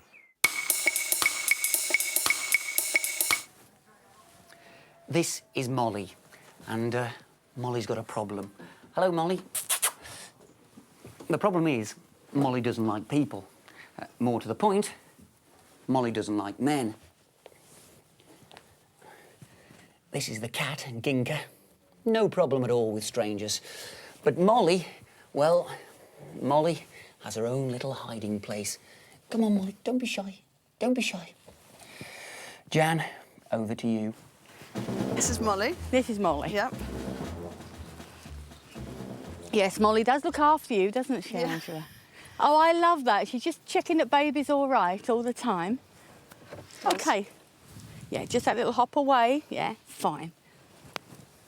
OK, when people normally arrive, do they usually speak to her as they arrive? Do they usually sort of say, oh, aren't you lovely? What a beautiful little dog, and make a big thing of it? So, yeah, probably, yeah. See, what I did was the opposite. Right. I didn't put that awful pressure on her. Yeah. And she's gone, got you. Understand that. Well, she's particularly scared of men, which, you know, I mean, it sort of goes down in height. Children are OK, other animals are OK, women are sort of OK, and men are very, very scary. Because two reasons. Men usually are taller anyway. Yeah. Also got deeper voices. And sadly, traditionally in our society, men have been told, you're the big boss, you show that. You know, I'm going to tell you. And that's scary. So the best form of defence is attack. So the first thing I'm going to ask you to do is change totally what you've done with her. You ask your friends, all of them, when they come, to actually ignore her. Now that might sound really cruel, but it isn't, because if every time you walk into a room, everybody goes and looks at you, it's not long before you think, what, you know, have I got, you know, a spot on my nose? You begin to get very self-conscious. But for the dog, it's even worse because they don't communicate with words, they communicate with gestures, with looks. So if somebody turns around and looks at you, you're in conversation and they're going, what? And if you're saying hello and coming at them, don't come at me, don't come at me. They're entering her body space, very, very frightening. So I'm going to ask you to ask your friends to do quite the opposite, to just leave her alone. That's the first step. The other step is we need to get you to raise the status as leader. Also, when you displace her from this job of leader that she can't cope with, then when you see something that she thinks is dangerous, you're relaxed. You're completely relaxed. You stand there, you ignore her, you just ignore it, and she goes, doesn't concern you, won't concern me. And this is how you get a dog confident to go with you anywhere you want. If you have visitors that she's particularly afraid of, a very good idea also is to get them to do what I'm going to do now, which is to just come and, again, ask them to not look at her, go on their level. So you get them to go on her level and just sit down. Then they become less of a threat. Yes, yeah, she does. I've noticed, and she likes children, so that's probably the same reason. Yeah, because they're not quite as big and they're quite as frightening. So I would just get your visitor. She keeps looking round. Well, that's okay. I'll see if she comes. Molly, Molly, come on, sweetheart. Molly, come on, love. Come on. Come on, Molly. Can you move? Good girl. Oh, what a good girl. Hiya. Hello. I want to be your friend too. You see, I don't put my hand out. I don't want to give her any reason to doubt my intentions. I want to build her confidence. I certainly don't want to shatter it. So she's now having a sniff around me, quite relaxed. She's calm and so am I. See if I can get her back. Molly, come on, sweetie. Molly, come. Come on, darling. Come on then. Come on. What she's doing now is trying to negotiate a new agreement. Nah. Oh no, it's not on my terms, it doesn't happen. Now she's moving in too late. Do you see what happened? Oh no. When I asked her, she didn't come. I don't give to her now when she chooses. Right. No, that shifts the power. But she's saying, you're all right, you are. Yeah, I'll stick with you. Yeah? Can you be my friend? Look what she's doing of her own free will. She can run away. Look. She can run away. She's choosing not to. So now I'll show the value of cooperation. Molly, come on, love. Good girl. Oh, good girl. My answer is, work for me and I'll give you good wages. Yeah? She's getting the message. Yep. She's a smart little dog. If she sees something, generally she comes back when I call her, but sometimes, like neighbours' chickens or something like that, she just shoots off and there's nothing I can do. That's lunch. I mean, don't get me wrong, I'm not saying dogs should be allowed to check. No, I know, but that's usually when it is, when it's a pheasant or a rabbit, and then there's no getting her back at all until she's shot after them, and that's so you're stood there going... Yeah. Yeah. And that's the only time that she doesn't come back at all. Yeah. Because... Well, she does eventually, but, you know, not whilst Well, because you can't understand why you haven't gone with her. She's the leader, remember? And she's saying it's hunt time. Right. And where the dickens are you? Yeah? If the dog perceives you as leader, even though it may see prey, potential prey, it will look to the leader for leadership. You watch it for yourself. Lions, you see them laying around zebra. They're not always chasing them. Wolves lay around elk, walk past them. But when the leaders decide it's hunt time, then the others follow. When you see chickens or anything else like that, you just walk on ignoring it. So she learns that must be left alone. Right. You lead by example. If Angela becomes leader, Molly will be more comfortable, as Jan demonstrates. I'm going to try something. I'm going to stand up and see if she runs away. No? She's just standing her ground. She can move if she wants to. She's letting me move. She's not having to run away. Look, a few inches, she's not shooting off. No. She's feeling unthreatened. Right, she would normally run right away. Yeah. She's got the option. Yeah. But she's watching me and she's going, you're no threat, you're okay. So I come and sit down again. Again, everything I'm doing is showing her, don't you worry. I'll never hurt you in a million years. With me, you're safe. Yeah? Are you happier with her now than you were? Yeah, she's like a different dog. Yeah, well, I've got news for you. You're going to meet her for the first time because it's true personality is going to blossom through, stress-free, and you think she's a pleasure so far. You haven't even begun to realise what you got. She's fabulous.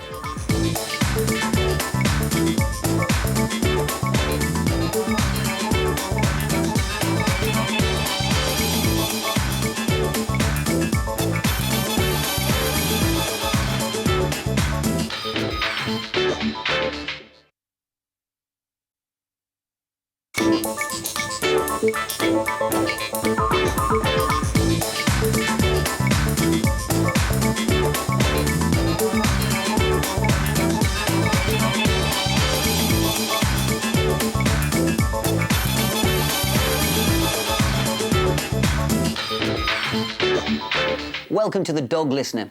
Remember, last week we met Charlie, sunbeam chaser and wallpaper licker extraordinaire. Well, take a look at him now. A completely different dog. You don't lick wallpaper at all now, do you? No, I don't.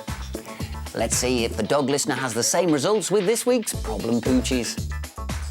There's Harley the Samoyed with his non-stop barking. And the Weimaraners, Pip and Peggy, who can't leave people alone. Nor can Gabby, but when she sees a stranger, she attacks. To the rescue comes the Dog Listener, Jan Fennell, who has studied the language of wolves to enable her to communicate with their canine cousins and help them understand their position within the pack that is their human family. Our first visit is to Godalming in Surrey. There's the problem, I think. Hello, hello. Andrea, how are you? See, let's go through. Hello. Andrea, how do you put up with this noise? Well, it's been difficult at times, I must say. He's been quite a problem.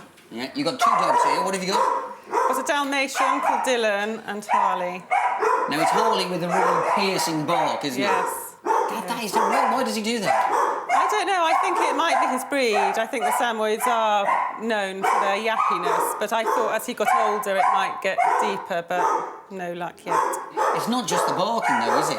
No, he has, that's his probably most irritating habit. So this is his most expensive habit, which is chewing mostly electrical gadgets, furniture in the kitchen.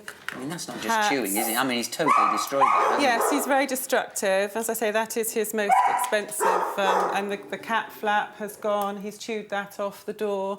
Whose hat is this? I bought this hat for my husband for Christmas, and that's his dog walking hat. So you'd think that Harley might have had a bit of respect for that, but no.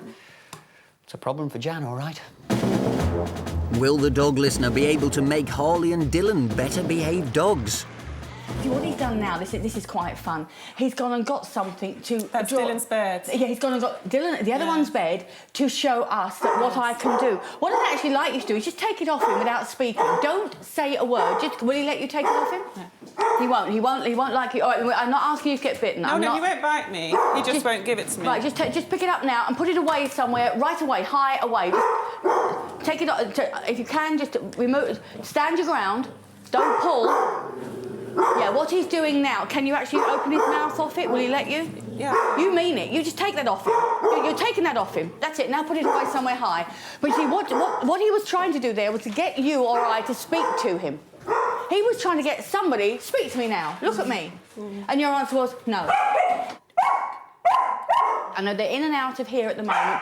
What I'd like to do is get them in here and shut the door. The reason being we can get a little bit more concentration on communication. Right now they're doing their own thing. Okay. Okay, so... Come here, boys. Come. Good boys, come on. Harley, Dylan. So what's happening here is, come on, but Dylan is getting hyper. He's becoming bigger. You see, although he's not a small dog, now look at him, he's eye level with me. Look. Actually, almost eye level. That's deliberate. A lot of dogs do that. You know, I'm the king of the castle. I'm not as big as you, but I'll physically show you. Now, my reaction to that is this. Please yourself. We'll leave them for a minute. Let them shout. What we're saying to them, let them shout at me. I'm not going to have that. But you don't get upset. Chewing is a very, very common thing we see with dogs that are troubled because it's a stress relief. When you chew, you kick in your natural endorphins, your own morphine, your adrenaline rush, if you like. It's all quite natural. You will find all these things subside because the stress level drops. I'm here to offer something, a solution. Oh, and I desperately Oh, I know you do, I know. But I assure you this, they're no worse than I've seen before. So what I'm going to do now is I'm going to open that door and I'm going to permit them to come back in. But when they come back in, I actually want you to ignore them. Now, sounds tough, and people often say, oh, you only ignore dogs. No, we don't. Initially, it's that, like anything, initial information, and the stronger it is, the better. And to begin with, we have to be very exaggerated about what we do. You see, they want to be in the pack. You see, I mean, nobody had to call them. It was, oh, we're back in, yeah? Now they've come in, they've gone, who are you? Rather than stand out there and go, don't come in my house, you know, my babies, I've got to do all the protecting. What I said to them was, please yourself, I don't be shouted at. Now, actually, what I'd do is, because he started barking, take hold of his collar and put him outside in the hall. Don't speak. He doesn't want to go, I know. I know he doesn't want to go. Try and do it without the other one, if you can. I know that's difficult, just shut, that's beautiful. Now, that may seem a bit dramatic. He must learn consequences of actions. If you are, you know, just imagine you've got a friend round for coffee, yeah? And you're having a nice chat, and one of the children comes up and says, oh, right, now put him out. Now put him out. He learns consequences too. You know, you won't be shouted and hollered at. You're not going to take that. Just put them out and leave them alone. So I'm hoping to get 10 or 15 seconds of silence because this method is all about praising desirable behaviour. If I've got it, now they get rewarded. Reward is very quick. This is all reward-based. No, you don't know. You don't acknowledge them. No. I'm just waiting. No, you see, what this is, the reward is being permitted back into the kitchen. But you see, that's why I don't want a long pause there. I don't want it to be, they forget why. If they stop barking, the door's open. Wow. That's why it must be quick. You know, any reward is only as good as the speed it's given in. You will find that this instance of him moving around and being agitated will get shorter and shorter and shorter. But straight out. Straight out. The most important thing is you don't get cross, you don't shout. See, now he's unhappy. Now he's very unhappy because he was trying to defend you and he's out there. How can I defend you when we're not together? He's got to work that out. He goes out now. Look, it's going to be a lot easier to put him out this time. No, because he's actually getting, it was almost there like, oh, all right, you know. But that's fine. That's fine. We have to repeat the same process until they get the message. Right. It's getting shorter. Got my 10 seconds. They get the reward. It's all reward-based. All reward. And the reward is, come and join us again. And each time they come back in, they're calmer. Have you noticed they're not, but, you know, steadier? Because they're learning. Because they're not stupid. They're canine. Yes. I would just want calm dogs that are socially acceptable, that I'm not forever making excuses for or defending their behaviour. I just want calm, well-behaved dogs. Now we've got it. You said he doesn't usually relax. No. We have an improvement, yes, I think. Straight away, yes. Straight away. Amazing. Here we go then, it's been 6 weeks since I last knocked on this door. Let's see what happens this time. No sound at all. That's very impressive. I don't believe that. Hello, and here they are then, not barking. No, they don't mind you coming today. That is brilliant, isn't it? Let's have a look at them, come on. Andrea, what has happened to that lovely bark that Harley used to have? Well, it's definitely improved. He doesn't bark nearly as much as he used to, and on the whole, things are much quieter in this house. Good. And what about the chewing? Because that was a problem as well. Chewing has, touch wood, has completely finished. He's not chewed anything. In fact, a lot of the things have been able to be restored now, and he's not chewed them again. The cat flap? The cat flap's back in situ. He still puts his head through the door there, look. Yes, but he doesn't chew the cat flap off. Andrea, thank you. Harley, well done. Another successful story for the dog listener.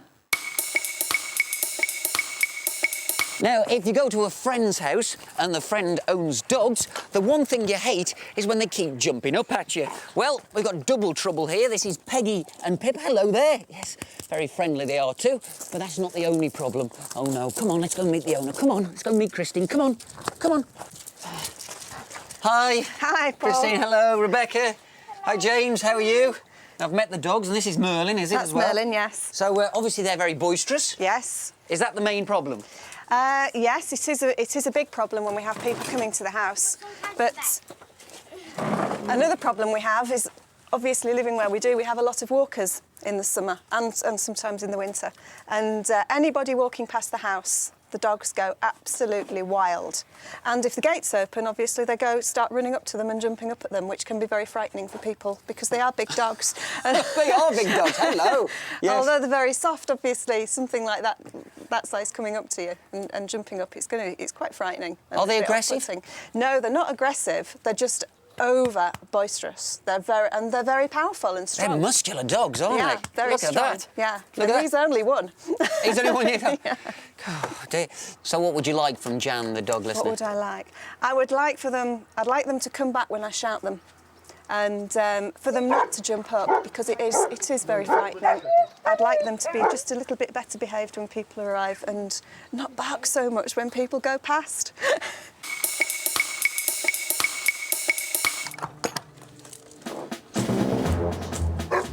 How will the dog listener stop Pip and Peggy jumping on visitors when they arrive? Hello. Hello. Are you all right? Yes, thank you. How are you? I'm very well. It's a lovely spot you've got here, You isn't like it? Oh, it? aren't you rude? Oh, you've got Very two rude, very aren't they? rude dogs, They're haven't terrible, you? aren't they?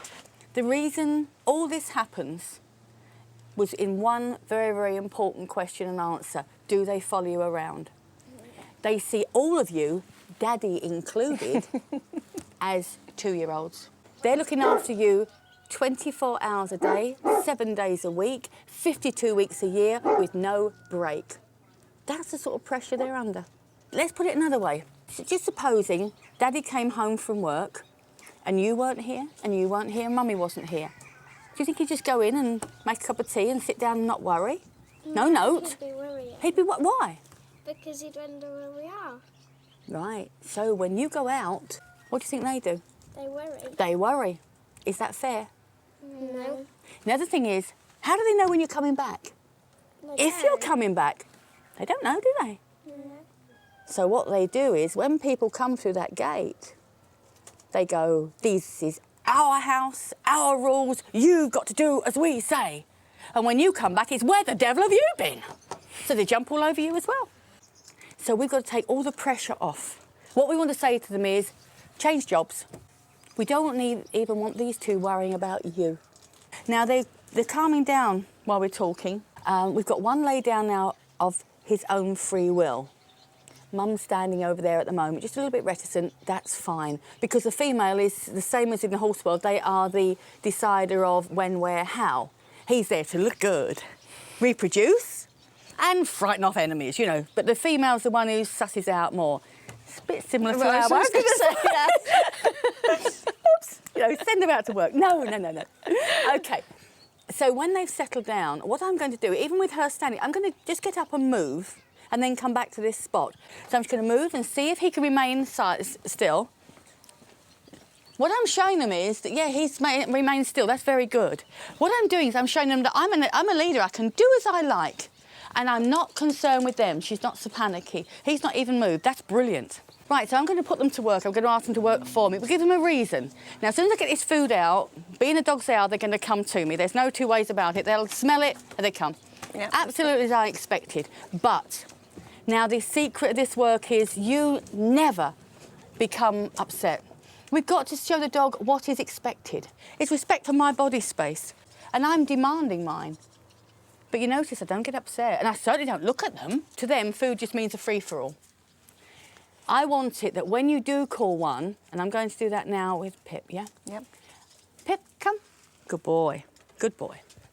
He did as I asked, he got the reward. I didn't speak to her. This is not ignoring her, it's not being cruel to her, it's showing her that when I want her, I will tell her. It's like teaching any child how to behave in a certain situation, that's all.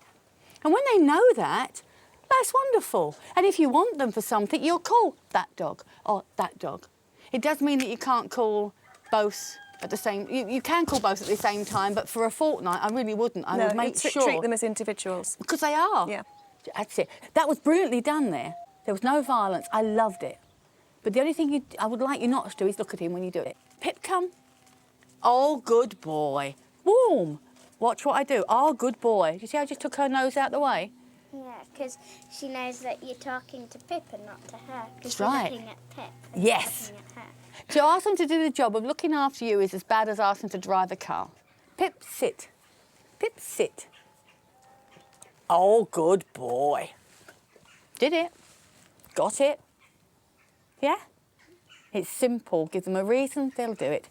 That's wonderful. Do you see what he hasn't done? He's not come back for more. He's got that. Show them with actions. Actions speak louder than words. OK? So it's going to be a lot of action, a lot of very deliberate signals to begin with, and before long, you'll be doing it all so naturally. And so will they. You won't even have to think about it. You'll just be like going like that to them. I'm taking her home with me. She starts tomorrow. She starts tomorrow, this lass. Absolutely. The dog will not have to worry. And then they can start to enjoy themselves, to play, to relax. You see, the canine loves to play. There's nothing greater in a dog's life than play. And that's nice, isn't it? Pip and Peggy playing together shows they have started to give up their job of looking after the family. This is Telford, the town where I was born. Ah, it's good to be back. Now, on this show, we've met dogs who hate other dogs. We've met dogs who hate people. Well, the lady who lives here, Helen, she's got a double whammy. She's got both types of dogs. And there's one of them. That'll be the one probably who doesn't like people, I think. Yes? Hello, Helen. Hi.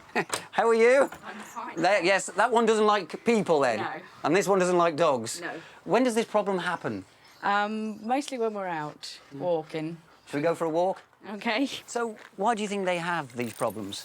Well, they're rescue dogs, so I don't really know why they have the problem. I just sort of inherited them. Yeah.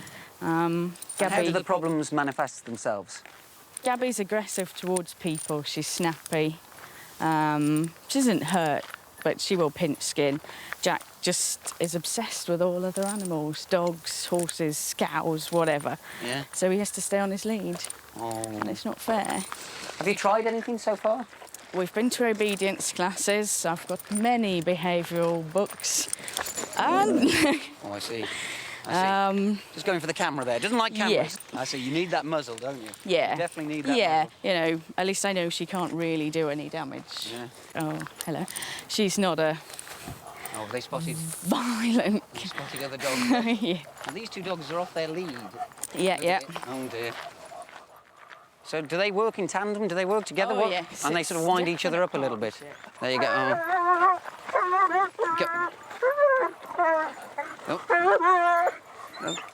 Those other two dogs just aren't bothered, are they?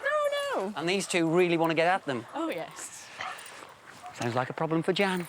In you come, Jan. As calm as you can. The main thing is to try and keep calm. He thinks he's going for it. Yeah.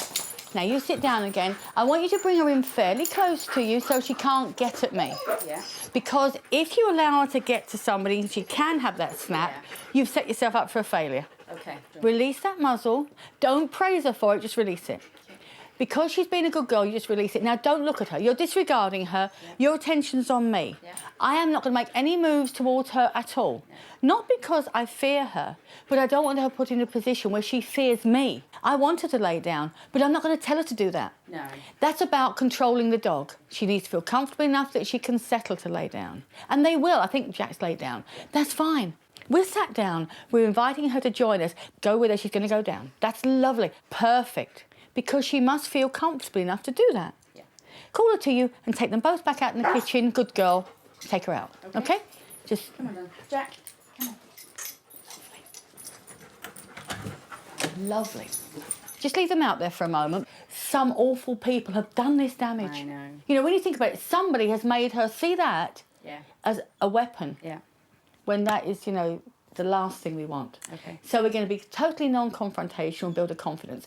And how we're going to do that, I want to ask you to help her now.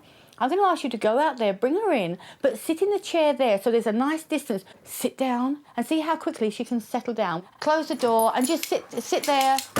And the most important thing for you is your pulse rate never rises. At this point, don't look at her. Yeah. Because if she's looking at you, she's anxious. Yeah. And you must show her that you're the leader, and as leader, you are totally unaffected by this. So if she knows that I'm not bothered, then she You won't lead be by bothered. example. Yeah. You're sat there, I mean, do you feel relaxed right now? Yeah, I'm fine. Fine. She feels that. She's not reacting. She's looking down. She's freezing. That's what she's doing. She can't run away, so Right. now she's going, I'm pretending you're not there. Yeah. You're This an ugly isn't monster. happening, it'll This be isn't fine. happening. Fine. Okay. If I were to go at her, oh, I've got to defend myself. Yeah. We're never going to do that to her. Right. Her cross is Border Collie German Shepherd, isn't it? I was told that because Alsatians are aggressive and collies are sly, it's a bad combination. An aggressive Alsatian German Shepherd? Yeah. No way in a million years. The vet told me this. Well, the canine, the domestic canine, is a wolf in different costumes. There is nothing more gentle than a wolf. Yeah. They are not aggressive. Anybody can make them aggressive, Yeah. the same as anybody can make you or I aggressive. Push me around enough and I'm going to be darn aggressive. Yeah? Absolute rubbish. All people have done in return for what she's tried to give them, which is friendship, loyalty, love, somebody's knocked 7 bells out of her. So if somebody ill-treats you, you tend to be a bit cautious. Yeah. Once bitten, twice shy. So that's lovely. She's beginning to rest.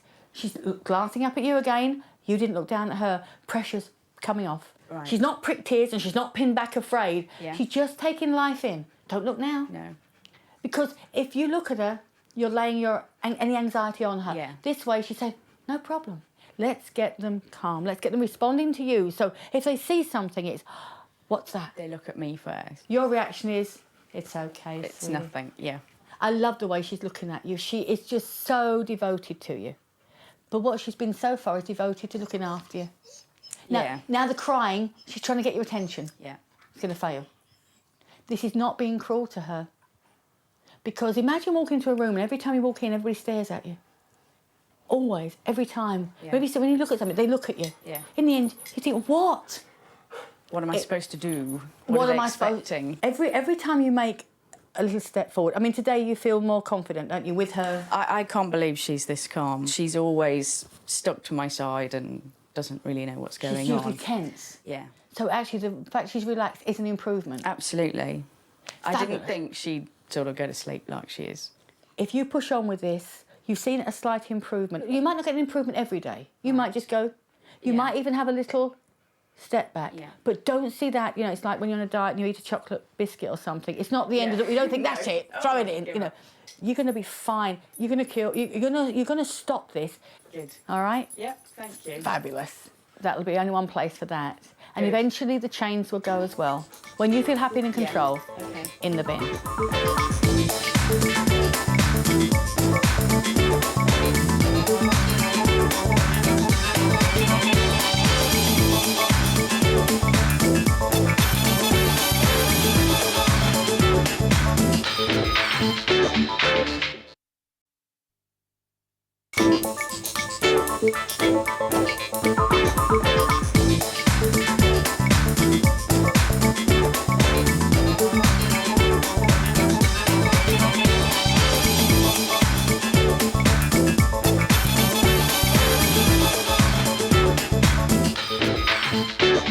Welcome to the show where Jan Fennell, the dog listener, helps communicate with dogs who have a problem.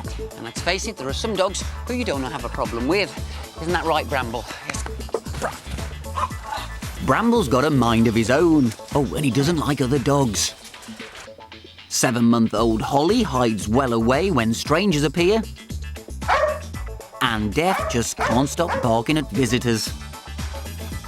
To the rescue comes Jan Fennell, the dog listener, who has studied the language of wolves to enable her to communicate with their canine cousins. She helps them find their place within the pack that is their human family. This is Wortley in Leeds, and I'm about to meet Janice, Simon, and a little problem called Holly. Oh, I was expecting some barking there, but not too bad. Hello there. Hiya. Janice, hello Simon. Must be Holly. Yes. Hello. I'm not going to get bitten, am I? All right, let's go in. Come on, Hello, Holly. Come on. So, Janice, Holly, a little bit of a strange dog, really. Well, she's a lovely dog, but she doesn't like strangers, which is fair comment, someone coming to the house. But she tends to use her aggression to get what she wants. And also, if we go anywhere with her, if we take her anywhere, this is what she's like. It's not just in the house, and especially with children. She doesn't like children. So what do you want from Jan, the dog listener? I'd like for us to have some assurity about taking her out on the lead. If it is nervousness with her, how we overcome that, how we can sort of calm that aggression down. I'm just really frightened that she might bite a child. Well, we certainly don't want that, so let's bring in the dog listener.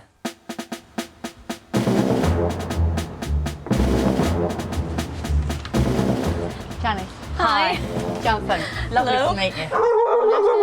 You just take no. Right, take hold of her collar very gently, and bring her closer to you. Bring her closer to you. And don't stroke her, because if you're stroking her, you're praising her. We're just going to ignore this completely. She's got to learn that it doesn't get her anywhere. Okay? If she wants to carry on, we put her in the kitchen. Just let's see if she can subside on her own. You see, if you were to shout at that moment, you would be egging her on. She's a pack animal. If you were to say, quiet, be quiet, she'd be going, I know, I'm telling them. So that's one of the first mistakes. Let her go, she wants it. That's fine, she's trying to find somewhere to escape to. Right, push her, take her off don't speak to her, just take her down without speaking. Really mean it. That's it, don't speak. Right, now let her go. What she's doing is, there are 3 means of defence for any dog. She's all nervousness, that's all. Flight, freeze, fight. If I were to turn and look at her now, I would be convincing her that there was something to fear. She's trying to get behind that chair and out of it. We're going to take no notice. She's now thinking about it. It's getting her nowhere. I'm not going to react to this. This is sheer fear. Okay? She is going on and on. What I'd like you to do is take hold of her without speaking and put her in the kitchen. Just take her without speaking. Very important you don't speak.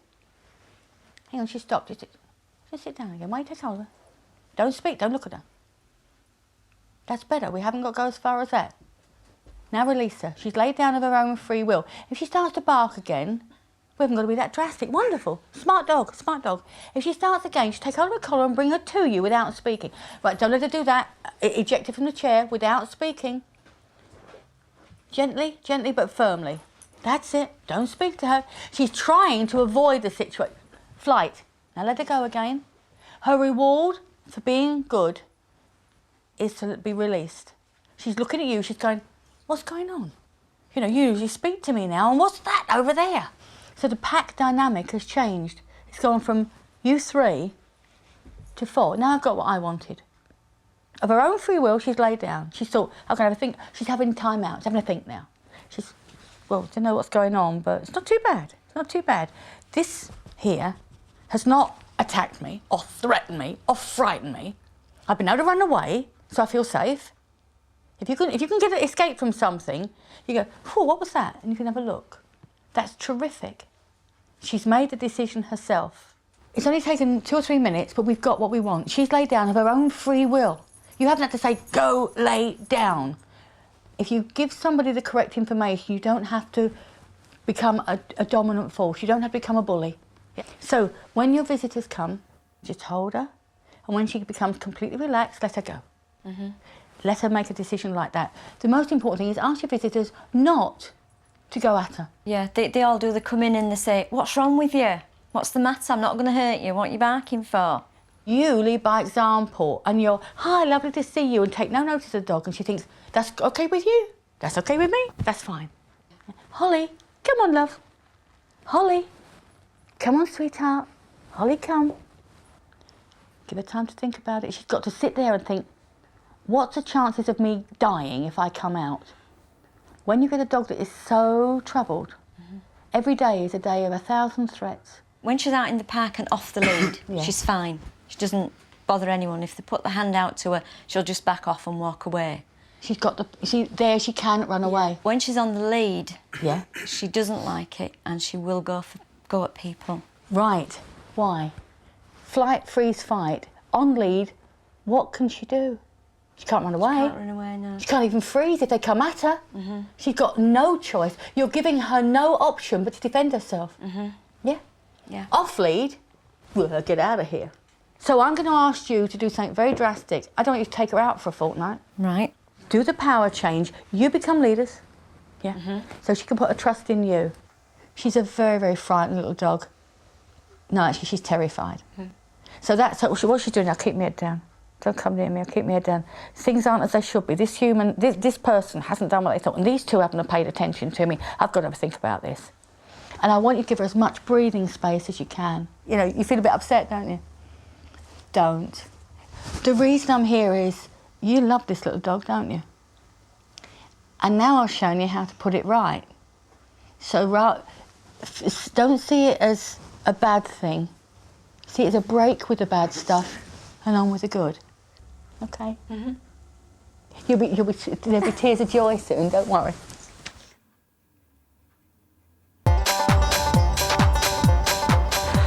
Here we are, Janice, then 1 week later, and the transformation's been very quick, hasn't it? It has, yeah. What difference have you noticed? She's doing really well. I mean, now, with you here, and she's actually playing with some... She wouldn't have done that before. She'd have just been cowering or just continually barking at you. She plays on her own a lot more. She wouldn't do that before. You always had to play with her, or she had to sit on you. And when Jan was here, she sort of cowered behind the couch, didn't she, Yeah, Polly? she did. Not Jan. Yeah. Look at her now. Daft as a brush, look. Yep. Another successful story for the dog listener.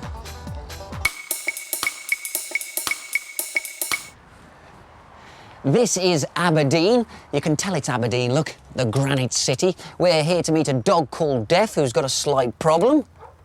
I think you can hear the problem, actually. Hello there, it's Paul from the dog listener. Yes, come on up. Let's go and say hello. Here he comes. There's coming. Hello. Here you come. Bring him in, Barry. Hello. Deaf was a stray dog living wild in Portugal. Barry and Renata Wendler fell for him and eventually brought him back to Scotland. So does he always react like this? Well, we very rarely have strangers in the house, but yes. Okay. What would happen if you let him go? I think he would probably try to bite you.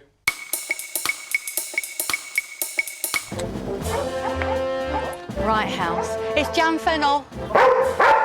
Will the dog listener be able to help Deaf, a dog that once lived wild in Portugal, settle in his new home in Aberdeen? From his point of view, his babies, i.e. you two, are with a stranger. They don't know whether my intentions to you are good or bad. And he feels he's got to be the judge of that. But his judgment is based on the information humans have given him to date, Yes. which sadly has been wrong. Come here. Don't speak, don't speak, don't speak. Try and sit down without letting him get to me, without letting him get to anybody. You just take charge. If you have to hold his collar, that's fine. Just don't look at him now. Now, I'm going to ask you to try, straight out of him. Try and sit down without speaking. Don't look at him. I'm not going to look at him. I don't want anybody. The panting is because the only way a dog can sweat is through his feet and his tongue. And he has broken out in an absolute panic sweat. Now, he's doing pretty well. The second he shows if he can sit and lay down, that's terrific, but I'm not going to tell him to. I want him, what he's doing now is weighing up the situation. If you can watch him out the corner of your eye, he's looking at you, he's looking at me, he's looking round, just checking the room as it should be, just watching everything, looking for anybody penetrating his gaze. And we're not going to do that. if he can relax. Now the tail's slightly wagged. If he can straight out with him. Consequence of actions. Yeah. You see, that was a challenge, consequence of actions. He's learning that every time he will suddenly realise, every time he barks, that's better. Every time he barks, he's put out. That's it. Simple. No getting cross. If he wants to lay down, let him go with him. Don't fight it. This is not a... Again, the importance is that no eye contact's made with a dog. Bless his heart. We've got 10 years of fear to take away. Don't worry. Don't worry. He's looking round. I think a bark's going to come any moment because he's just... See, the tail... But, yeah, that was enough. But did you see here the difference? It was... Oh. Yeah. That doesn't matter. Still that goes out. If you've got somebody panicking, you cannot do anything with them till the panic is over. So we've got to stop the panic. We've got to stop him feeling threatened. I'm going to move very slightly, so hold him. He may react to my moving, but if he does, you know exactly what to do. That was it. That was very good. That was brilliant. I really thought I would get a woof then. But he said, no, you're not threatening me. So what I'd look for in his attitude with strangers, to see if we can improve it, is, one, when your vet friends come, do exactly as I've done. Anybody comes, exactly the same, in and out, until he's like this. There goes the bottom. Still, just don't look at him. Just try. I know it sounds difficult. Try to disregard what he's doing. What he's doing now is he's having to think about it. You know when it's going to go down, let the lead go to... Now, of his own free will, he's laid down. He's beginning to relax. He's beginning to believe that being in here with us is quite good. Now, when I say about don't look in his eyes, I'm talking about directly into his eyes, but you can do it very much at the corner of your eye. What you're looking for in his eyes is what we nearly got then, is soft eye. While his eyes are glaring and anxious, you're right to read that as he could feel he's got to defend himself. Now we've got soft eye. Very soft eye. This is going to be one of your key clues. What's he like when you take him out for a walk? Does he like going out? He likes very much to go out. He loves going on the beach with Barry to run. They run there on the weekends, long distances, because he needs that. We don't let him off the lead anymore. When he's showing soft eye all the time, then I want you to begin to believe you're going to be able to let him off the lead. Is this what you expect to happen? Certainly not. Why? Well, we didn't know what to expect, but we didn't expect him to calm down so quickly. A couple of months' work now, and you're going to transform the rest of his life. He's a different dog. Yeah. Already. Yeah. And that's in a couple of, in an hour. What's he going to be like? Yes. When you back all this up? Yeah. He's going to be fine. The Wendlers have followed the dog listener's rules. After 6 weeks, Def is relaxed when visitors arrive and will soon be off the lead on walks. This is Paul, Lorraine and Jodie. Hello there, Jodie. Yes. And this is Bramble. Now, is Bramble a dangerous dog? He's got a muzzle on there? No, he's fine with humans. It's just other dogs he just don't like. What happens when he sees another dog? He's very vicious. He just wants to get at them and try and kill them. So, have you ever let him off the lead? No, we can never let him off the lead because he'd just want to sort of hunt down any dog in sight. But over the year, no, never. What happened when he took him to the vets that once? And there was one of those charity blind dog things which you put the money in. As soon as we went through the door, he had it by the throat. Just a plastic dog? Just one of them plastic dogs, the black blind dog things. He really hates dogs, doesn't he? He does. Let's bring in the dog listener. Your dog attacks other dogs because it truly believes it's the leader and is responsible for you. It must drive them away from its babies because it doesn't want you to be in danger. People come to the house and you put him away. Is he always like this, creative? Yeah, he does. He tries to headbutt the door and claw it to try and get out. Yeah, can you think why that is? No. This is because he truly sees himself as being responsible for you. Now, if you've got 3-year-olds and you know they're in another room with a stranger, how do you feel? Pretty desperate. So what I'd like to do is put this sad stress at an end. So what I'd like you to do, Paul, is go and release him into the room. Don't speak to him. And when he comes in, don't look at him. Just open the door without, don't even look at him and come back here. Let's see what he does. So if you'd like to let him in for me, Paul. We'll just come in and sit. I want you to sit down and take no notice at all. Right, now he's got to investigate everything. What he's got to do is, right, this is the equivalent of hysterics. Well, you can't communicate with anybody where they're having hysterics. You just let this settle down. He's got to decide to stop working around. See, I'm not going to react. Now he's going to try the bar. He's just trying to get my attention. It won't work. But I won't get cross. You notice, you must never shout. See, while he's doing it, I want him to lay down, but I'm not going to tell him to lay down. He's thought, you haven't spoken to me, you should. He's looking back at me. Are you going to speak to me? And my answer is no. He's going to investigate the rest of the room. It's all right. He'll come back. He will come back because the pack is here. Do you see? Yeah. I'll know when he's got it right because he'll stop this having to get up and move around again. See, he's still at early stages. He's still at it. I must check you out.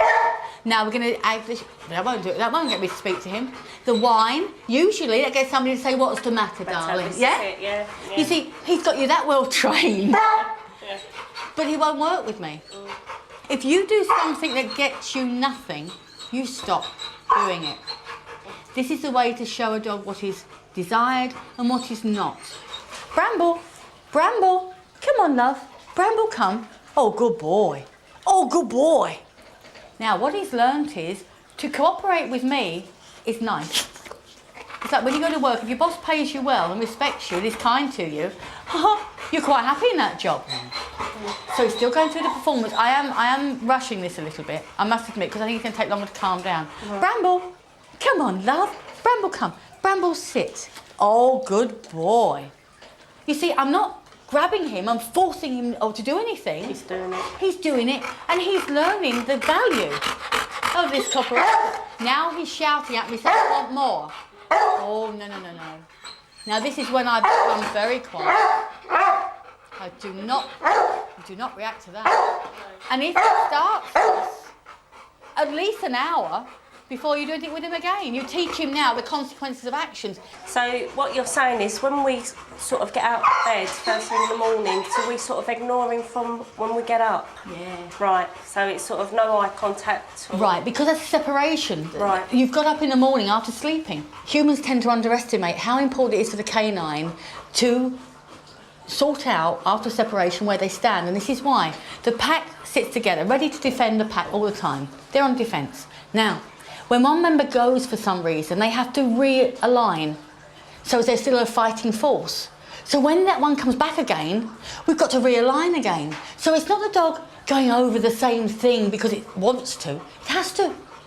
To know where you stand in that pack is not nice, it's essential. Yeah. It's very easy to make a dog neurotic. It's so simple. And of course, you didn't do this damage, because how old is he now, you say? He's 6. And how long have you had him? A year.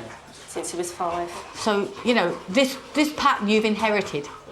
So don't worry about that. It's not you that's done this. Somebody's well and truly strung him out to dry. He's now taking time out. He's calming down on his own. If you can just glance behind without looking at his eyes, just look around and see how his body language is. Yeah? If he looks towards you, look away. Now look away. If you'd have looked at him then, if he'd have looked round and caught your eyes looking at him, he would have been, what do you want, what do you want? You see? Humans look at dogs too much. I'm not saying you're going to look at him, you're going to love him, but when you're ready. Because otherwise it's pressure on all the time. You know, what do you want? What do you want? What do you want? Okay, when he goes out and faces other dogs, before that, I want you to calm the whole thing down. Be honest, when you take him out, do you feel happy and in control? No. You don't? No. Well, it's the good news. Don't do it then. You're not going to go out there until you've got every stage right. Back to nursery school. Build up to outside, okay? Now, how do you feel now? Do you think you could go on with this to help him? Oh, definitely now, yeah.